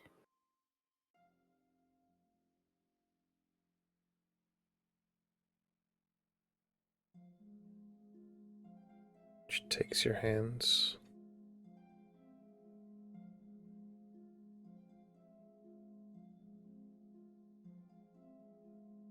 My headset likes to turn off at random times. That's not good. Like all the time. I'll look it up. We have the same headset, so I'll look it up. Takes my She hands. Takes your hands.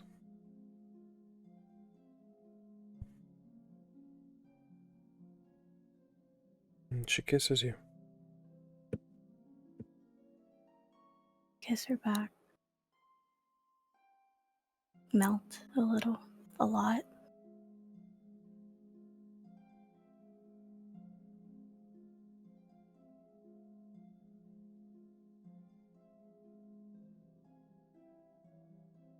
Takes a moment to just hold you by this river. For after a few moments,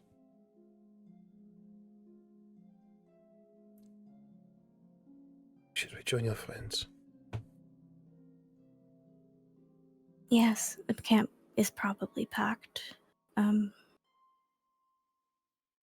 sure that they're making a game of it. You all seem to get along well. I think so. Seemed that way anyway. Come on. She takes your hand and lets you guide her back to camp, where Calamus, Relg, Ingrid, and Aurelia have gathered up the camp, as well as 12 units of silver, collectively, of the bloom silver that has been gathered. Oh, no, you got that? You got that? Calamus did promise something special for Elodie as well, so Calamus has been tinkering with scents and an outfit based off of what Cersei had in the cart.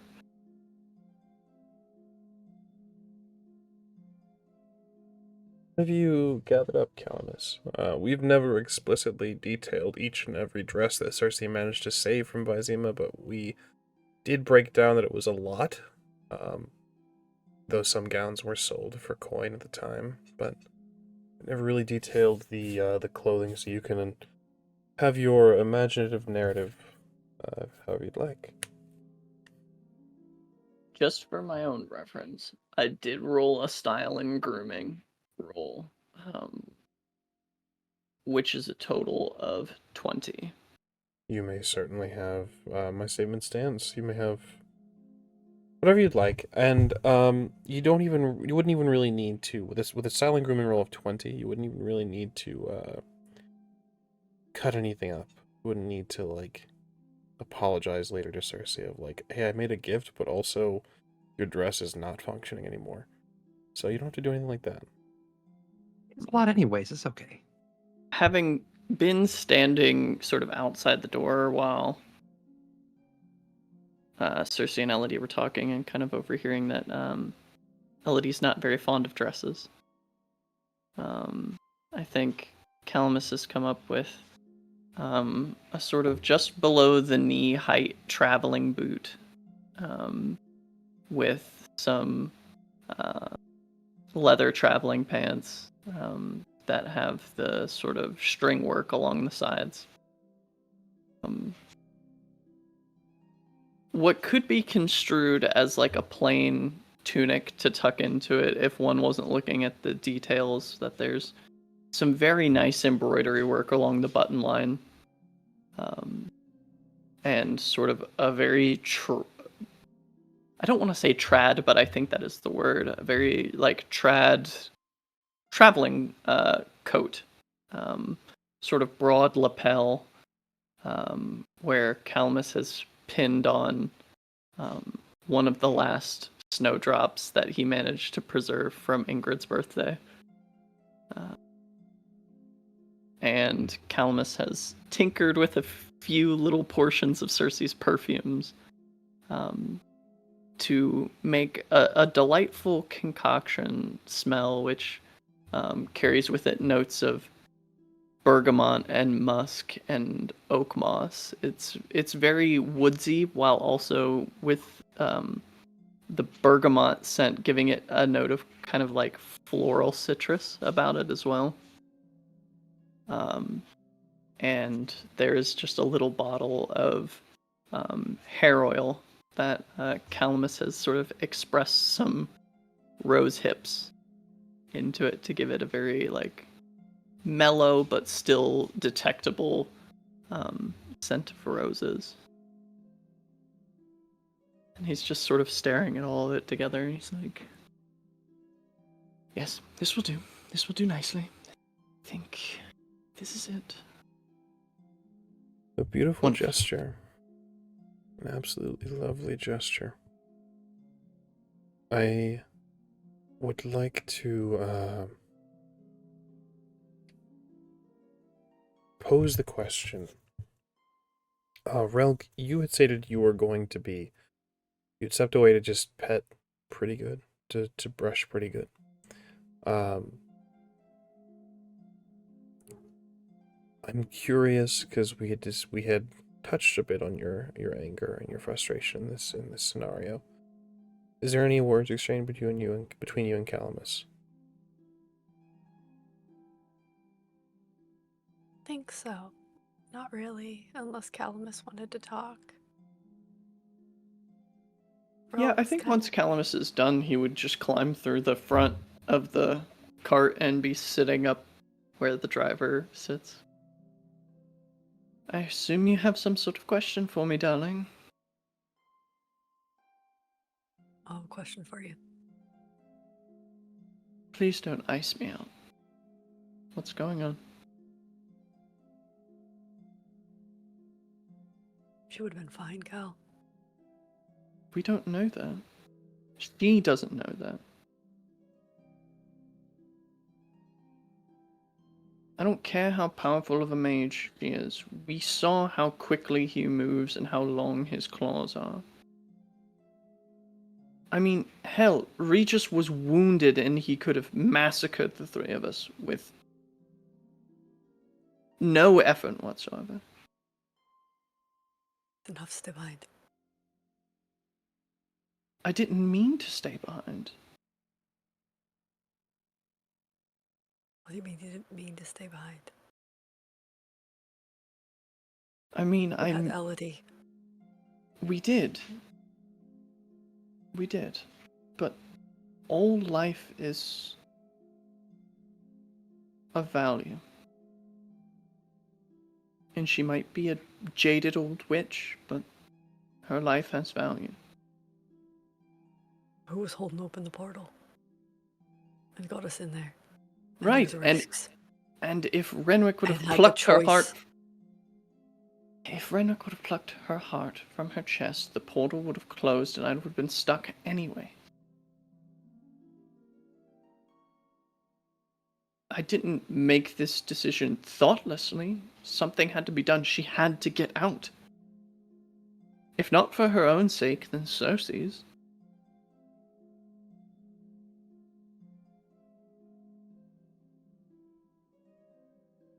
I don't know why everyone thinks I'm some thoughtless child. Like that. Put words in my mouth. I know you don't. I wasn't... You're right. Maybe it's because you keep throwing yourself. I know you were wanting to be a witcher, and that's going to happen. And you're going to have to start throwing yourself into situations that are dangerous. Right? I get that. I understand. But if you have the option not to, don't. And I'm not telling you what to do, I'm asking. I understand. And I love you for that. But I wasn't willing to risk the last memory that Cersei had of someone she cares for in the way she cares for Aurelia to be a closing portal. The way that I just have a broken sword. It's not fair and it's not right, and I know this world is neither fair nor right, but we can be.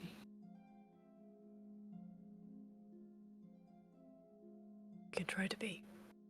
But everybody gets to make their own choices. Cal. Do. It would have been on her, not on you. But I made my choice. I worry about you too. I worry about you.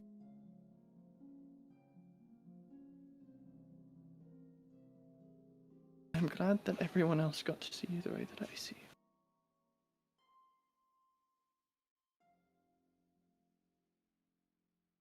You may be a right bastard when it comes down to it sometimes, but it's never for the wrong reason. Calamus, Relg, please roll me an awareness, please.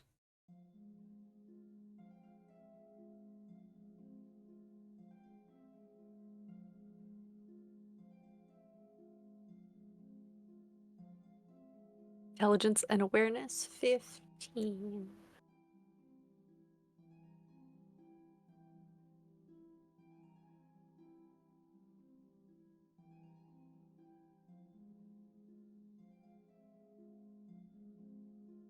Calamus, the result of your roll. For awareness? Yes, please.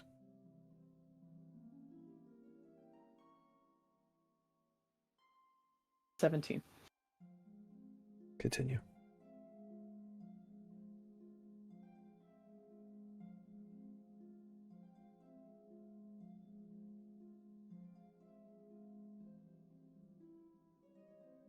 It's not never. Because it has happened. Just trying to be better going forward. And you... And alive. You succeeded at that today. We all did. I don't understand why we're nitpicking choices. We all made it out. We knew it was dangerous going in, and we did what we knew how to do. And we lived. We should be fucking celebrating, not nitpicking.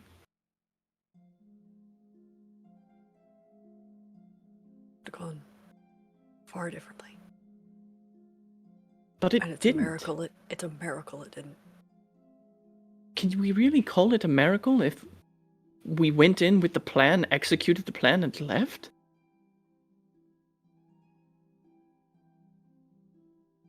We did what we set out to do. The only miraculous thing about this is getting to see Cersei hold the person she loves again. We To all got this to see it. moment that Cersei and Elodie return to camp. I realized I never described Elodie. Do so now. What does the world see now that she's been taken care of here? So, Elodie is taller than Cersei, but shorter than Ingrid. So about 5'8", 5'9". Proper scale Yeah, exactly. between Cersei and Ingrid. She has brown skin and sharp features and brilliant amber eyes.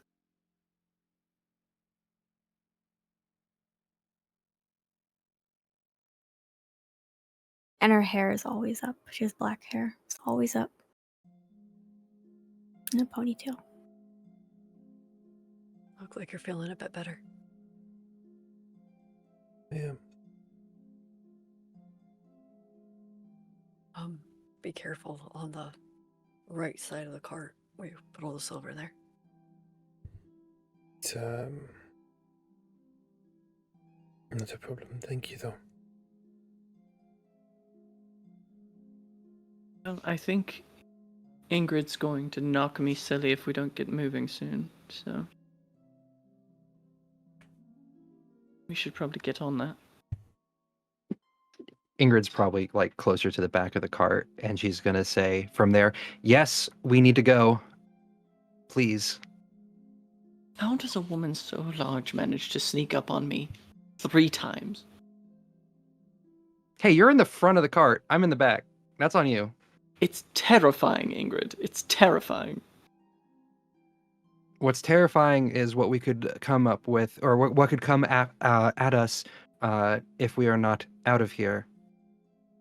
So we're going to Yes. Sintra. That is my idea. That is my vote. I think it's the best of what we all desire, as well as a potential place. Though my home has been abandoned. Well, abandoned for about 8 years. 8 years? 8 years at this point. As long as we're near some place where we can get supplies. Yes, it's in the forests just outside of Sintra City proper, or whatever is it still called Sintra City? Would just be called Sintra, but yes. That's a 2-day Let's go to ride from Sintra. Atra. I would like to see my family. Been many years. If that would be amenable to... Well, you don't have to go with me, but... I would like for you to meet my family, all of you. Sure. As long as we are safe first and foremost, that is all. Like that. You're going to love my sister, so you two are very much one of my sisters, very much alike. Where's Relia? Riley is watching the interaction, the front of the cart. Is there anything you need to do with the... No, I've been to Sintra. All around the surrounding areas. You Should need be me able to get you describe the anything. specific location where my home lay? I don't think precision is necessary. Not in this regard. We'll get you close enough if we need a few minutes of a ride or an hour or so. That's perfectly fine.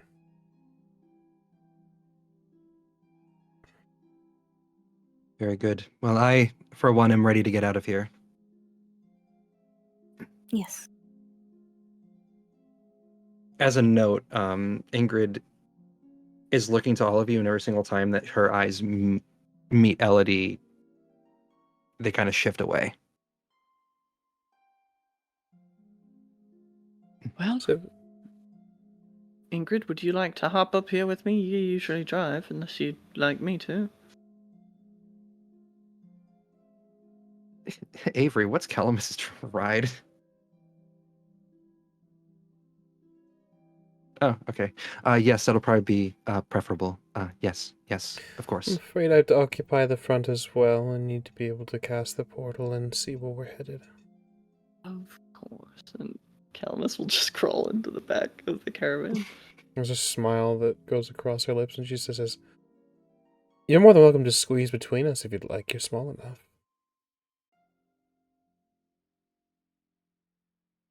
The offer is much appreciated, but I have other company I'd rather rub elbows with. Suit yourself. Do you not like me? Oh, it's not you, darling. I love you.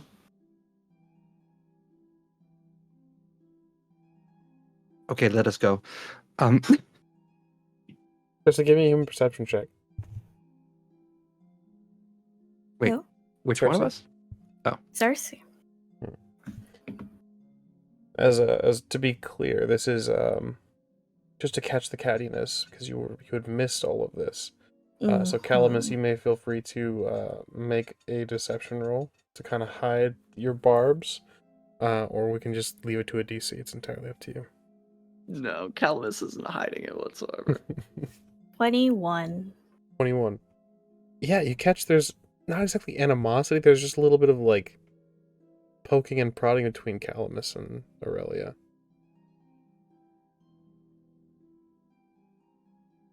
She'll look at Calamus when he gets in and just be like, was everything okay when I left?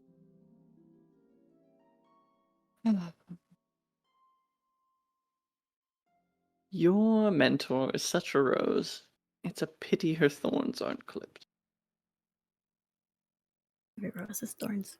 But I see your point.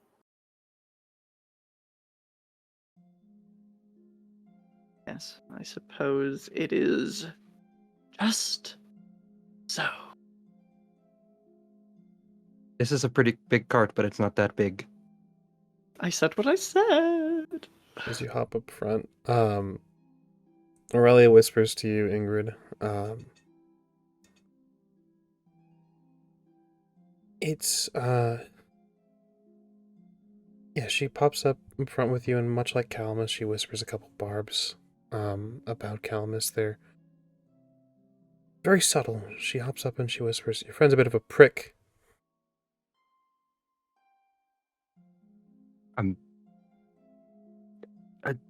This looks exceptionally awkward for Ingrid, and she's just gonna say he needs some smoothing out. But we should get going. Is everybody Ready. ready? Yes, that's the word. Better a prick than a prune, darling. Okay, let us go now. Yeah. You can see her hesitate. Then she casts. Roll me Witcher training, Ingrid. Oh no! Why? God damn it! This is not the time. Oh my god! I dropped my favorite. Fuck. You dropped your favorite fuck. Nerd. Damn. Rough. I hate That's when that hard. happens. I dropped my favorite D10 and now I don't know where it is. Witcher training is 10 plus intelligence is 7, so 17 plus 25. Yeah,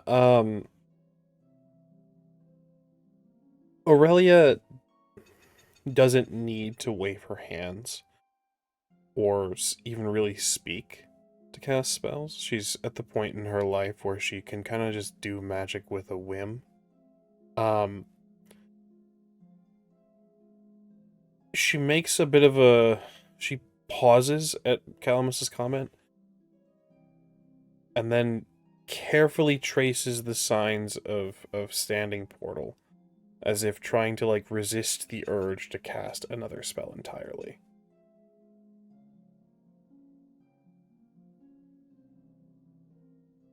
I understand. I almost axied him when you were fighting. Oh, there will be no almost, dear. To cast standing portal. Onward. Yep. Ingrid is just slightly thinking to herself, this is why I don't talk to many people often. You guys move through the portal, and very quickly you feel a temperature difference, even in the season you're in currently. It is... Double check, make sure I'm not giving you guys false information, or the viewers false information. We are sitting in June, in our current time frame. Even in June, being that near mountainside and that high up in elevation, it's colder, but suddenly you dip into warmer climate.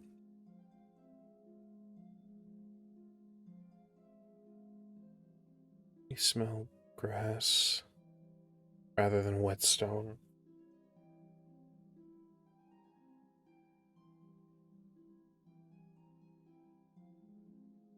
You see city rather than forest. Before you lie Sintra.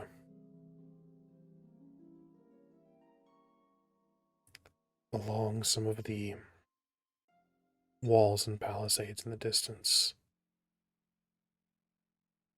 there is a black banner, a glorious sun.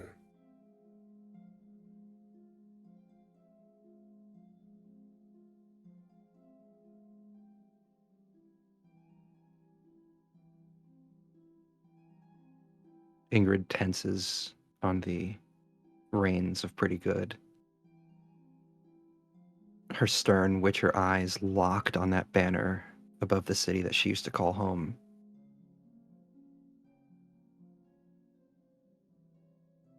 She's just gonna let a few curses out under her breath. Probably enough for Aurelia to be able to hear, but not the others.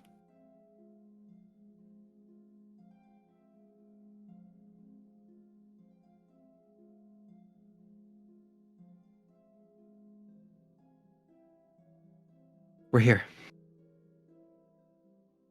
Do you know where we're going? To your home?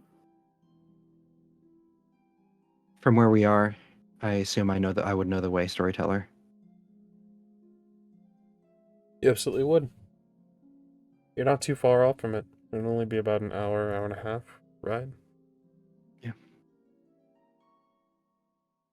Skirting the city, we're gonna head that way into the forests that surround Sintra. You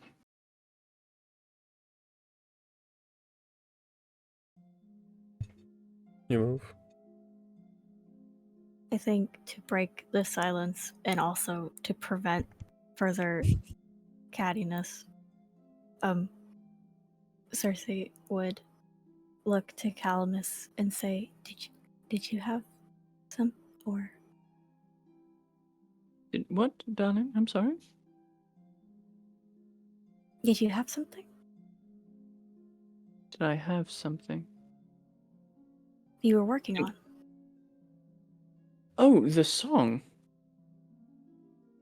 Or were you referring to the alchemical decoction?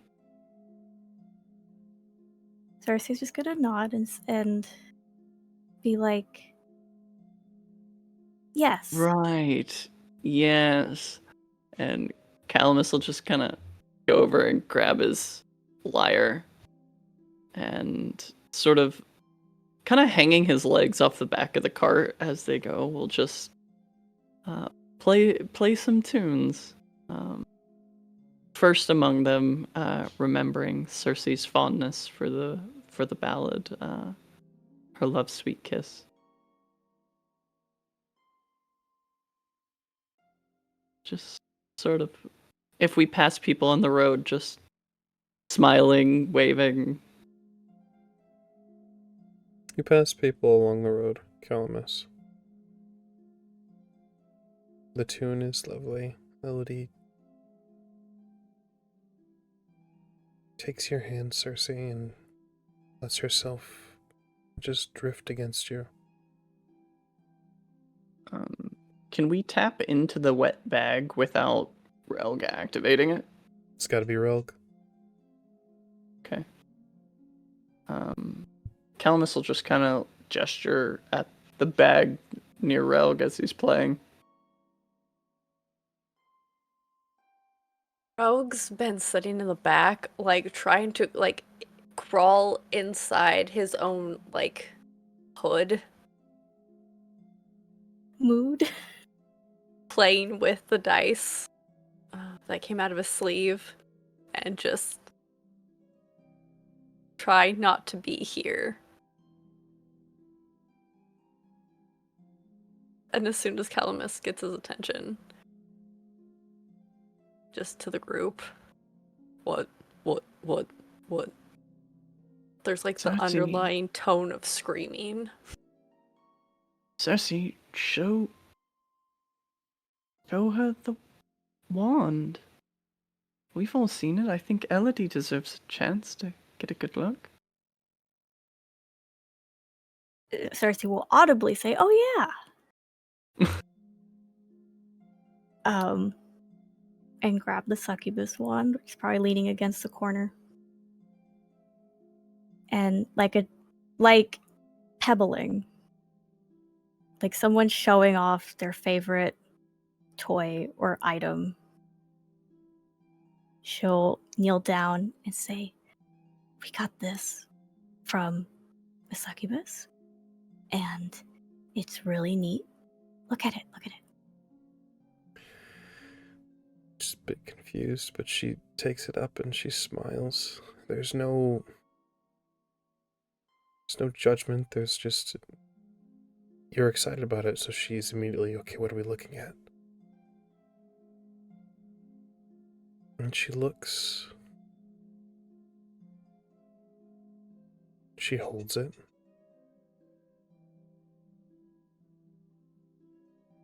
And it's a stream that washes over this staff. It fades from the previous imagery almost immediately. And starting at the end of the staff upwards, there is a family of foxes running through a field. And one stops as the others drift on. It looks upwards from its own perspective. It looks up.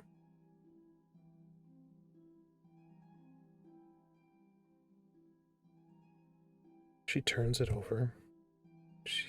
You all can see a crow flying overhead that joins the fox. And its jaunt, its travels, whatever you'd like to call it. The fox and the crow continue. They go together to the tip of the staff, where the crow finally lands. And they curl up and sleep.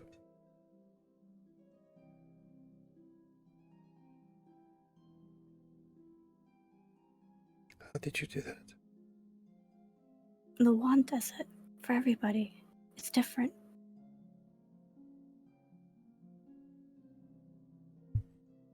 See, very special magic. Yes, Oh, it. wouldn't a wand be smaller? You would think it would be. I had the same question. He's very serious about calling it the succubus wand. You know, it's actually a really bit of interesting linguistical history. The word in the Elder speech for a staff and a wand are the same. It could just be a, interesting bit of translation as far as following its linguistical history.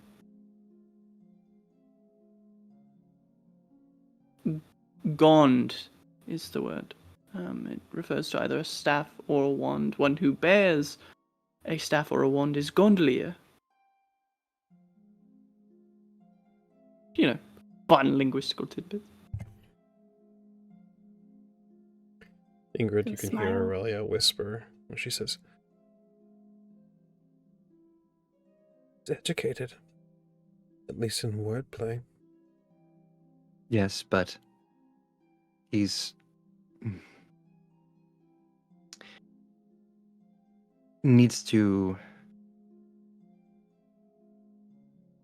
control himself a little bit better if he's become a witcher. In wordplay. He's going to become a witcher.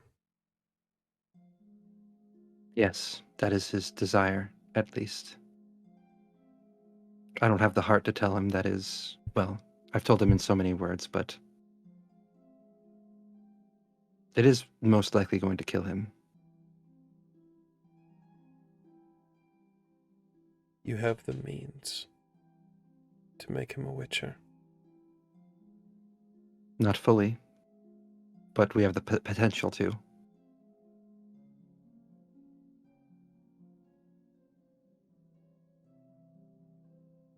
He does it out of love. And I can't fault him for that, and I can't stomp that desire out. Though, and there's actual hesitation as she's kind of been this entire time so far been 1,000-yard staring. Kind of just almost riding by, I don't know a better word to say it other than autopilot. At this point, she knows where her home is, and she's trying to white noise a lot of the thoughts that are in her head. And Ingrid's gonna say, perhaps his strength of will, that desire for love itself, will overcome the odds. I've seen love do a lot of strange and miraculous things. She's gonna crane her head in that moment, finally breaking the 1,000-yard stare. She does a quick glance to Cersei and Elodie before once again shifting her gaze back forward. I'm going to train him as best as I can. But there's only so much that I can do to prepare him. And it's going to be on him to see it through.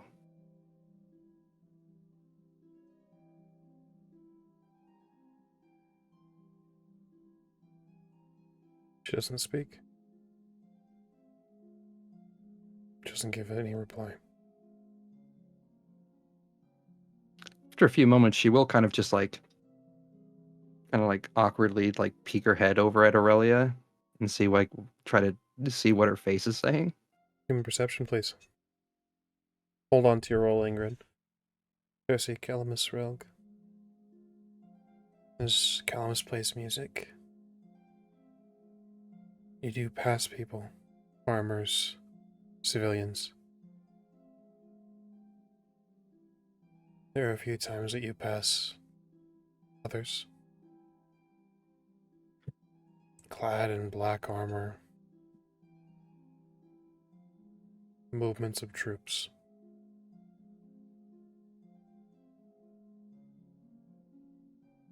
They hear the song.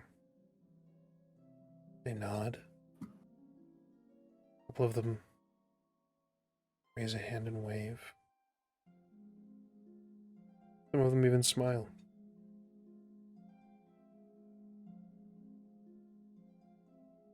Does Calamus recognize any of them? What an interesting question.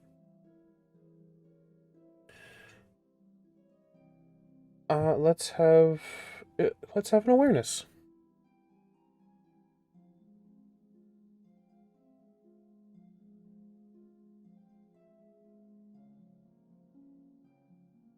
$19.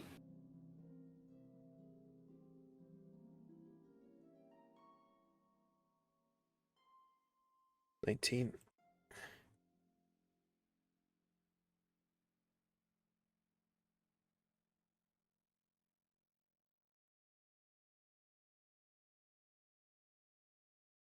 You likely have seen a number of them before.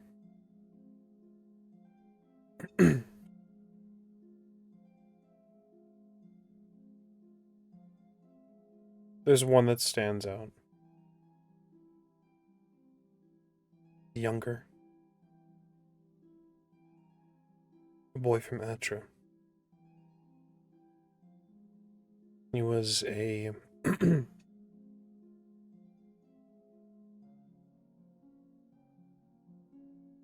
was likely a troublemaker, but just seemed to always be in the wrong place, the wrong time. Would get blamed for a lot of things. Seeing him, Calamus will sit down the lyre. Wilhelm? He peeks up. Calamus will actually, leap off the back of the cart. Wilhelm! He stands in his own cart as the rest of the troops lined alongside this very simple troop movement cart. He hops off, and the brothers in arms that he shares the path with now kind of gesture him back and urge him not to fall behind. But he stands and he says, "Lloyd." And he'll just run over and wrap his arms around him. How are you doing, old sport? Did I hear and feel him jump off? Because I think definitely at this point, yeah. okay, just making sure, because otherwise we're still going. It's a trot, yeah. Ingrid will halt pretty good, give her a couple pats on the hind end, kind of stand up on the driver's seat and kind of trying to peek over the side, see what's going on. You see Calamus now in an embrace with one of the black-clad Nilfgaardian soldiers. Relg, Cersei, you see this as well. Rogue is all the way in the back of the cart, just. Cersei is very uncomfortable around the cops. So she's gonna just squeeze Elodie's hand and not make eye contact with any of them. Ingrid kind of dips down and looks for Relg inside the cart. Bag, do you have the bag? Activate it. What are you doing? Get back in the cart. Just a moment. This is a dear friend. of Gordian. Calamus, do not He's draw attention he's to... Cintran. And Calamus will shut the connection off at his end.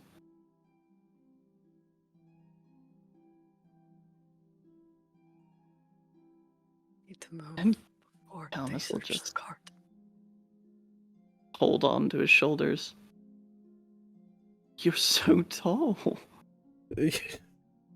I could say the same about you. What? Where have you been? I'm a bard now. Travel. They told me. Your family as well. They've. I didn't. How's your sister? How's your sister? She's. She married an idiot, but she's all right. Well, they're out of the handful of idiots of Atra. I hope she at least got a rich one. Well, he's a farmer with delusions of grandeur, but he Well, makes well for himself. He provides. He's just simple. nieces, luckily- nephews. No nieces. No, God, no. The longer we can hold off on that. Yourself. Your family is doing well, but I don't have much time. No, I don't either. Are you going to be in Sintra long? We're refreshing and then regrouping, unfortunately. Where are you headed? Don't quite know yet. I'm supposed to be dispersed once I meet camp. All right. Well, I'll tell you what. I'll write a letter in the next few days, and we'll try and find some time to catch up. I'm so happy to see you. You're going to visit your family, yes? Perhaps. We're on a bit of a tour right now. There are things that need to be Tour? nailed down. I can't believe you. Well, I'll tell you what. And Calamus will take a paper out of his pocket and write a personalized autograph for him that just says, I hope these words carry you to warm sands. You are...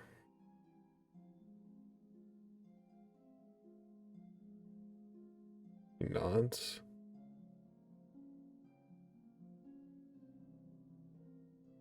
It's good to see you. Good to see you. Your family while you're returned. It is my aim. It's Yeah. so good to see you, Wilhelm. I wish it were under better circumstances. do I. I'm Go on, I don't want to get you a demerit. no, I'll write.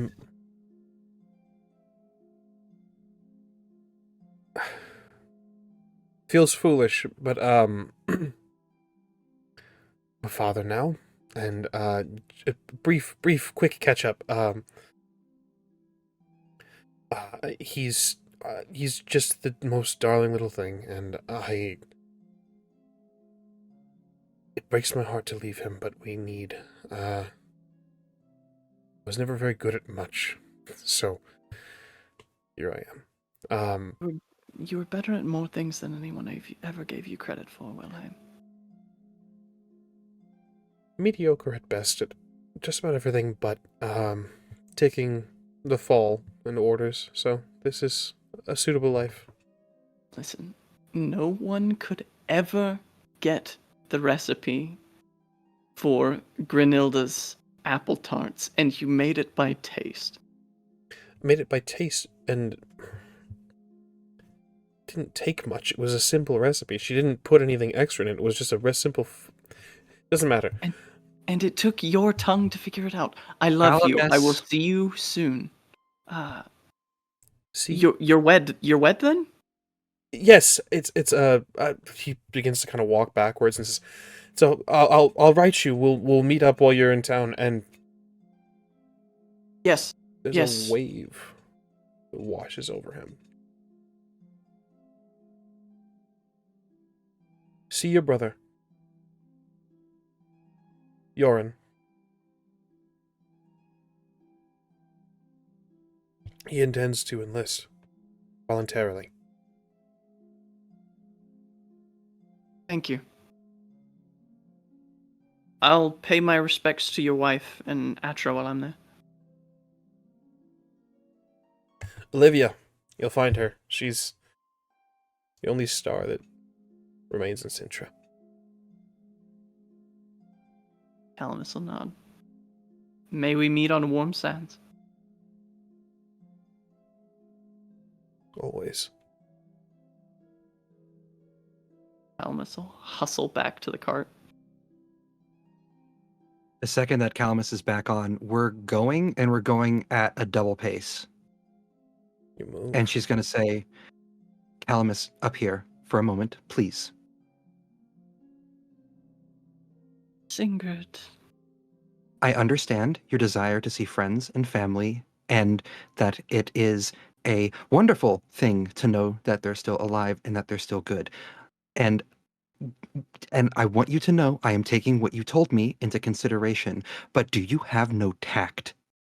For a bard, I am surprised at you. Tell me what you know about bards, Ingrid. Enough that I know that she is actually visibly perturbed. And she's going to say, whether or not you know them, whether or not, whatever your relationship may be, the fact that he is wearing Nilfgaardian armor and is surrounded by other Nilfgaardians that none of us know. We have people in here, in our cart, that do not want that attention, that could be also wanted by the Nilfgaardians. Keep that in mind moving forward. That's what I mean.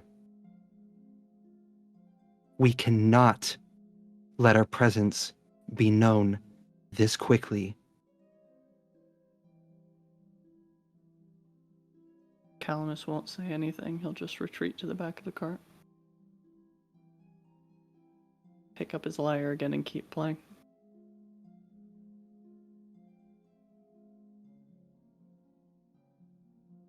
You play? Ingrid's just continuing. Yeah. Relg, Cersei, what happens on your part?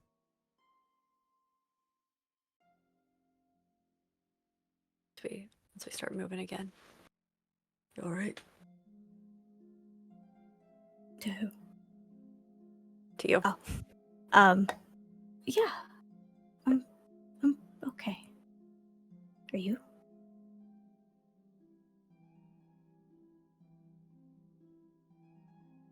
It's gonna be tough being here. For both of us. Yeah. I had to develop some skills to make sure I can defend myself.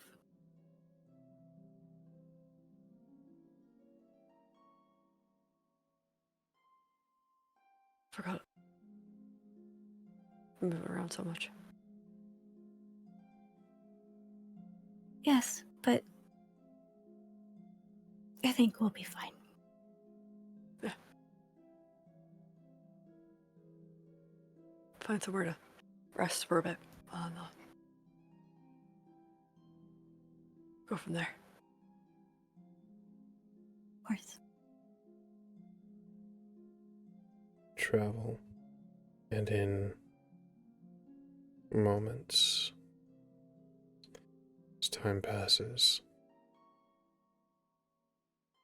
you see cresting over the hill, Ingrid. Your domicile, your home, in a bit of disrepair, needs a bit of cleaning up. It's just over the hill.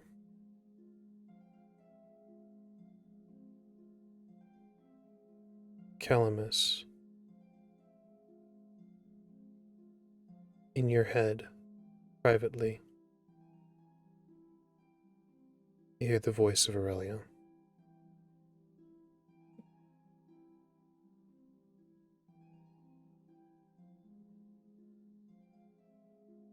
Forgive her.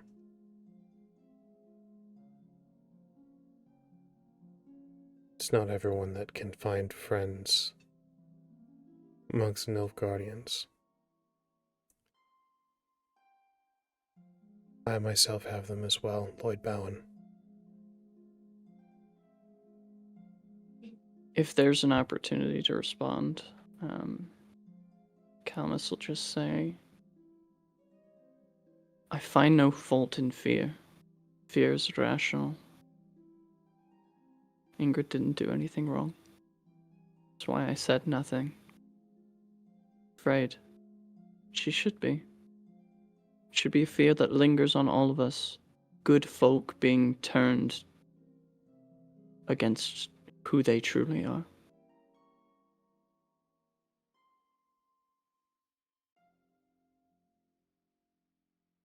Black sun and the white flame turn people into shades of who they used to be.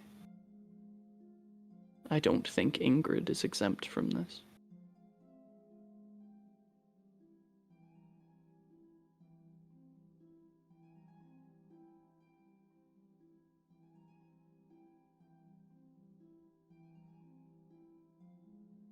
This comes through. Calamus, I want you to make a roll for me real quick. Intelligence, and we'll call it awareness as well.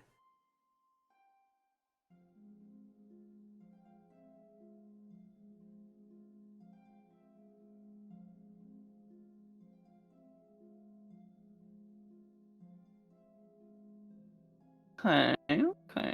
So that would be a -5. Rolled a 1 and then a 10 and then a 5. Most unfortunate.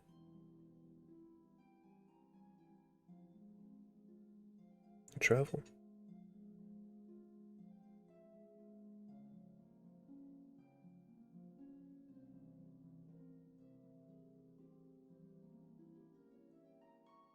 Ingrid, you reach home. Take some narrative control.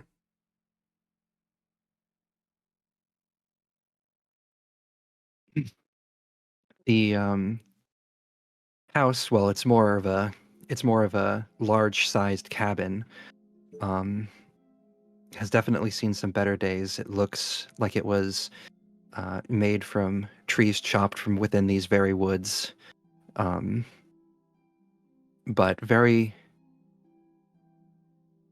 there was definitely some money put into this as well, with some of the fittings.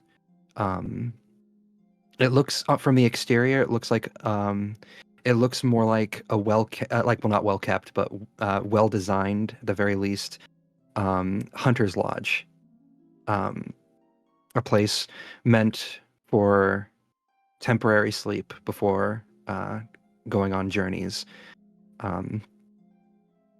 nestled in between the trees, trying in a way to keep it kind of hidden from the larger road. But yeah, this was Ingrid's home, and it has seen some better days, as it has not been taken care of for almost 8 years now. The last time that she saw this was the slaughter of Sintra.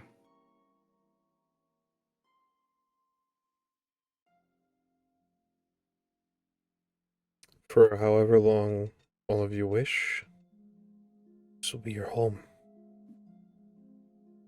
This will be your safe haven. Yes, Cersei. I just wanted to scan the area, Awareness, please. keep an ear out. As you guys begin to unload the cart and make your way in, go ahead and make that awareness roll. We're doing a perimeter check. all I would means, actually like and- to take part in that, just Yeah, because this anyone is who my would old like home. to may absolutely do so. See, I got good ideas sometimes. That'd be a 20. 20.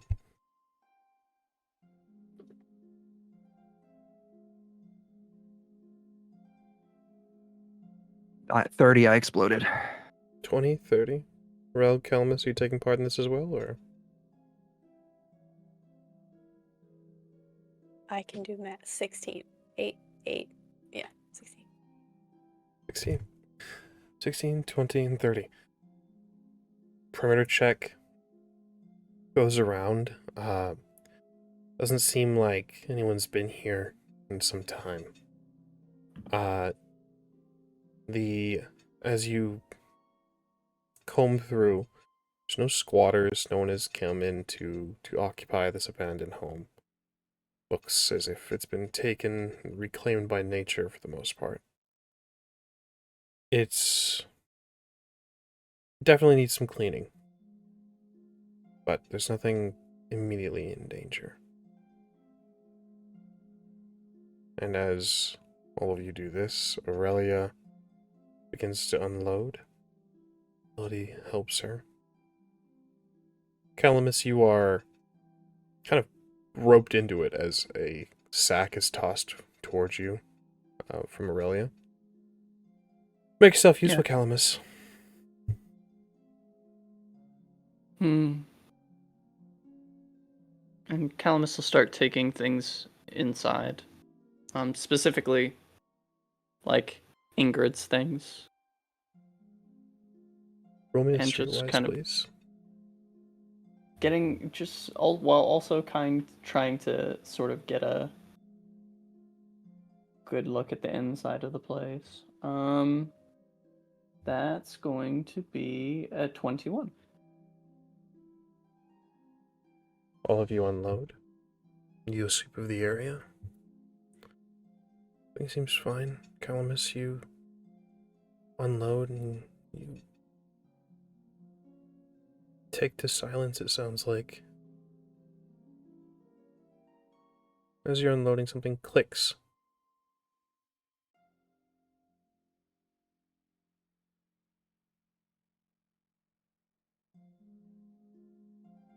How did Aurelia know your full name? She called you Lloyd Bowen in telepathy. Calamus will just kind of, as he's going to get something out of the cart, be like, Aurelia, would you mind helping me with something in here? Can't hold this in open doors at the same time, and I'd like to put this in Ingrid's bedroom. Of course, yes, of course. Why would you be... Of course! Which goes to you. And as they kind of get into the bedroom, Calamus will stop in the doorway and shut the door behind him and lean his back against the door. I never told you my full name. Soldier called you Lloyd. How did you learn my full name, Aurelia?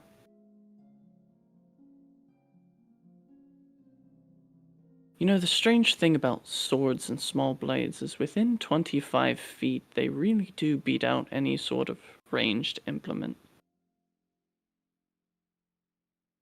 Including one's cast with one's mind.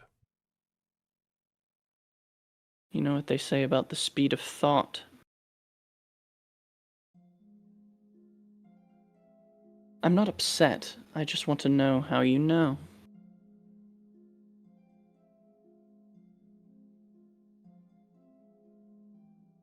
At this point, I'm not entirely sure you're Aurelia, so... We should probably just get on with the undesirables, shouldn't we?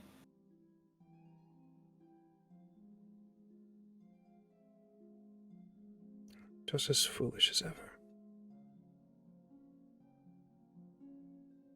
Go on, Great Magister, tell me.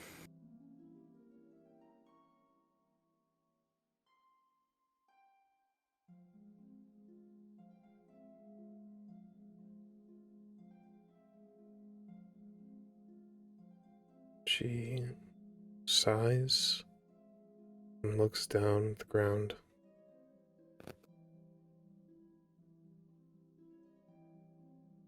And that's where we'll end tonight's session.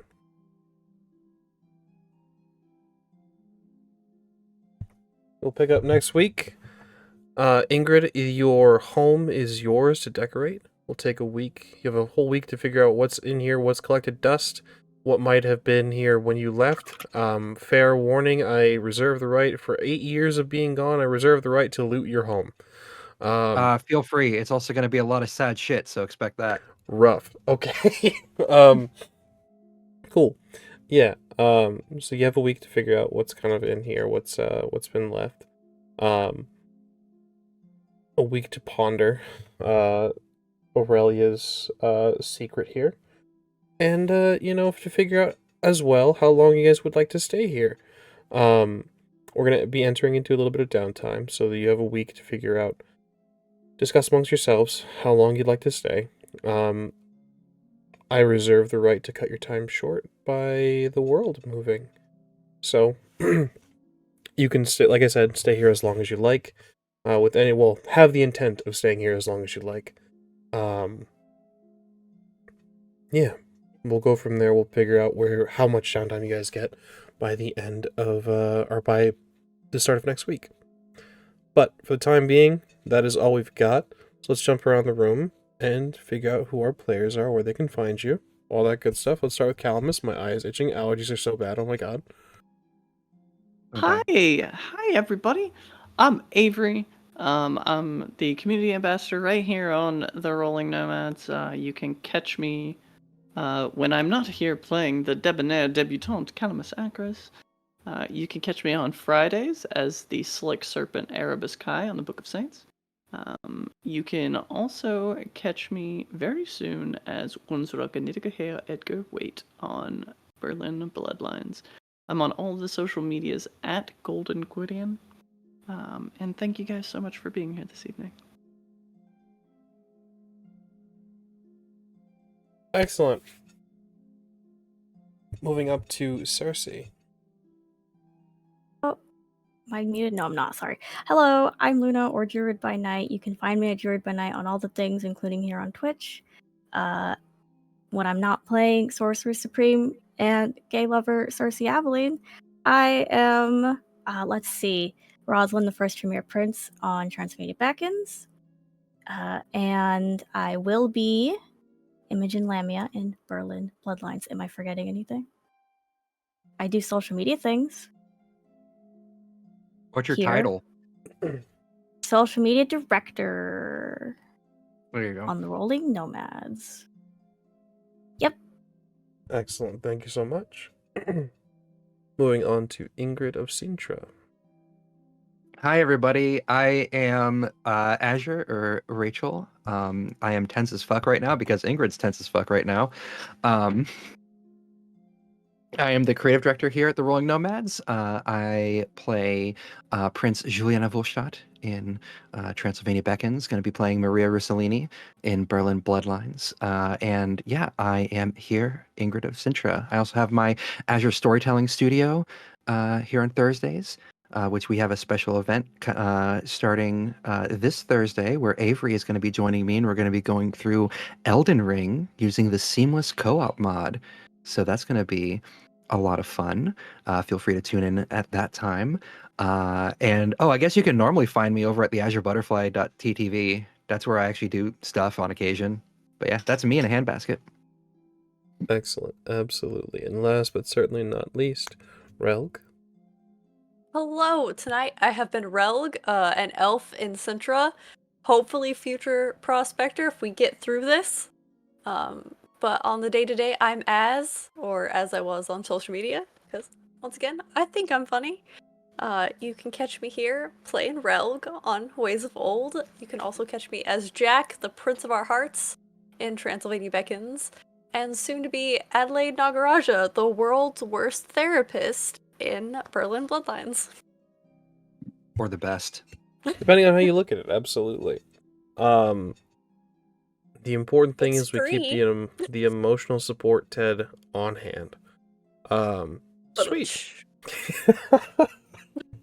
Jesus I'm Christ. not sorry. That was beautiful. Excellent. Nobody's going to And get that until Berlin Bloodlines. I'm very excited for it. I have been your game master for tonight, Gilbert Ramos. I'm found everywhere at Ramos the Nomad. That's TikTok, Twitter, Twitch, Blue Sky, Instagram, all the social medias, same name. Proud of you for remembering. Yeah, I'm gonna be better about it. I'm also gonna start posting stuff again. We'll see. Sweet. We of course have been the Rolling Nomads. You can find us right here on twitch.tv/Rolling Nomads, which is where we do all of our actual plays, our TTRPG stuff, the Azure Storytelling Studio, aka ASS.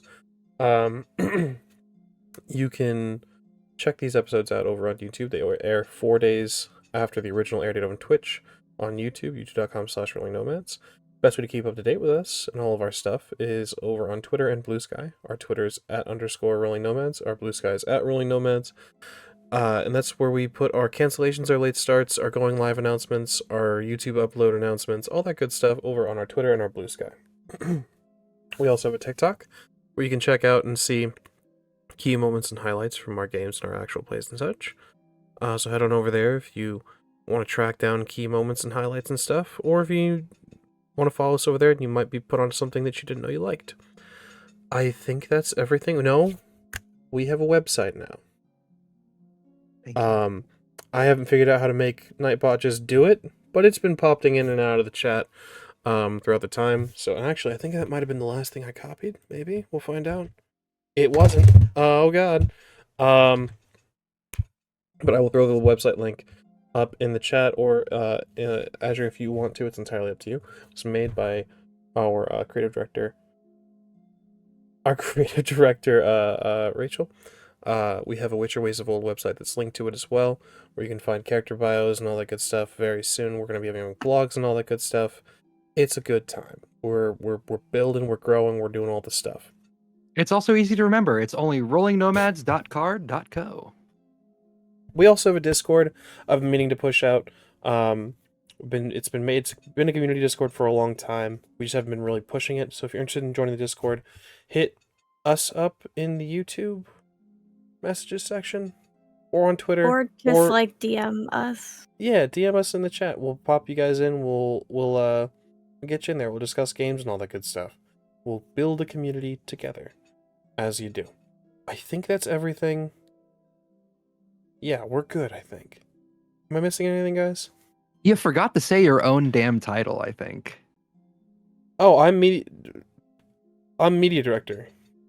Yeah. Okay, sweet. Let's get out of here. We appreciate you guys so much. Stick around. We're gonna find someone to raid and spread the nomadic love. We really appreciate all you guys watching. So, we will see you guys next time. Same place. Same heroes. We'll see you then.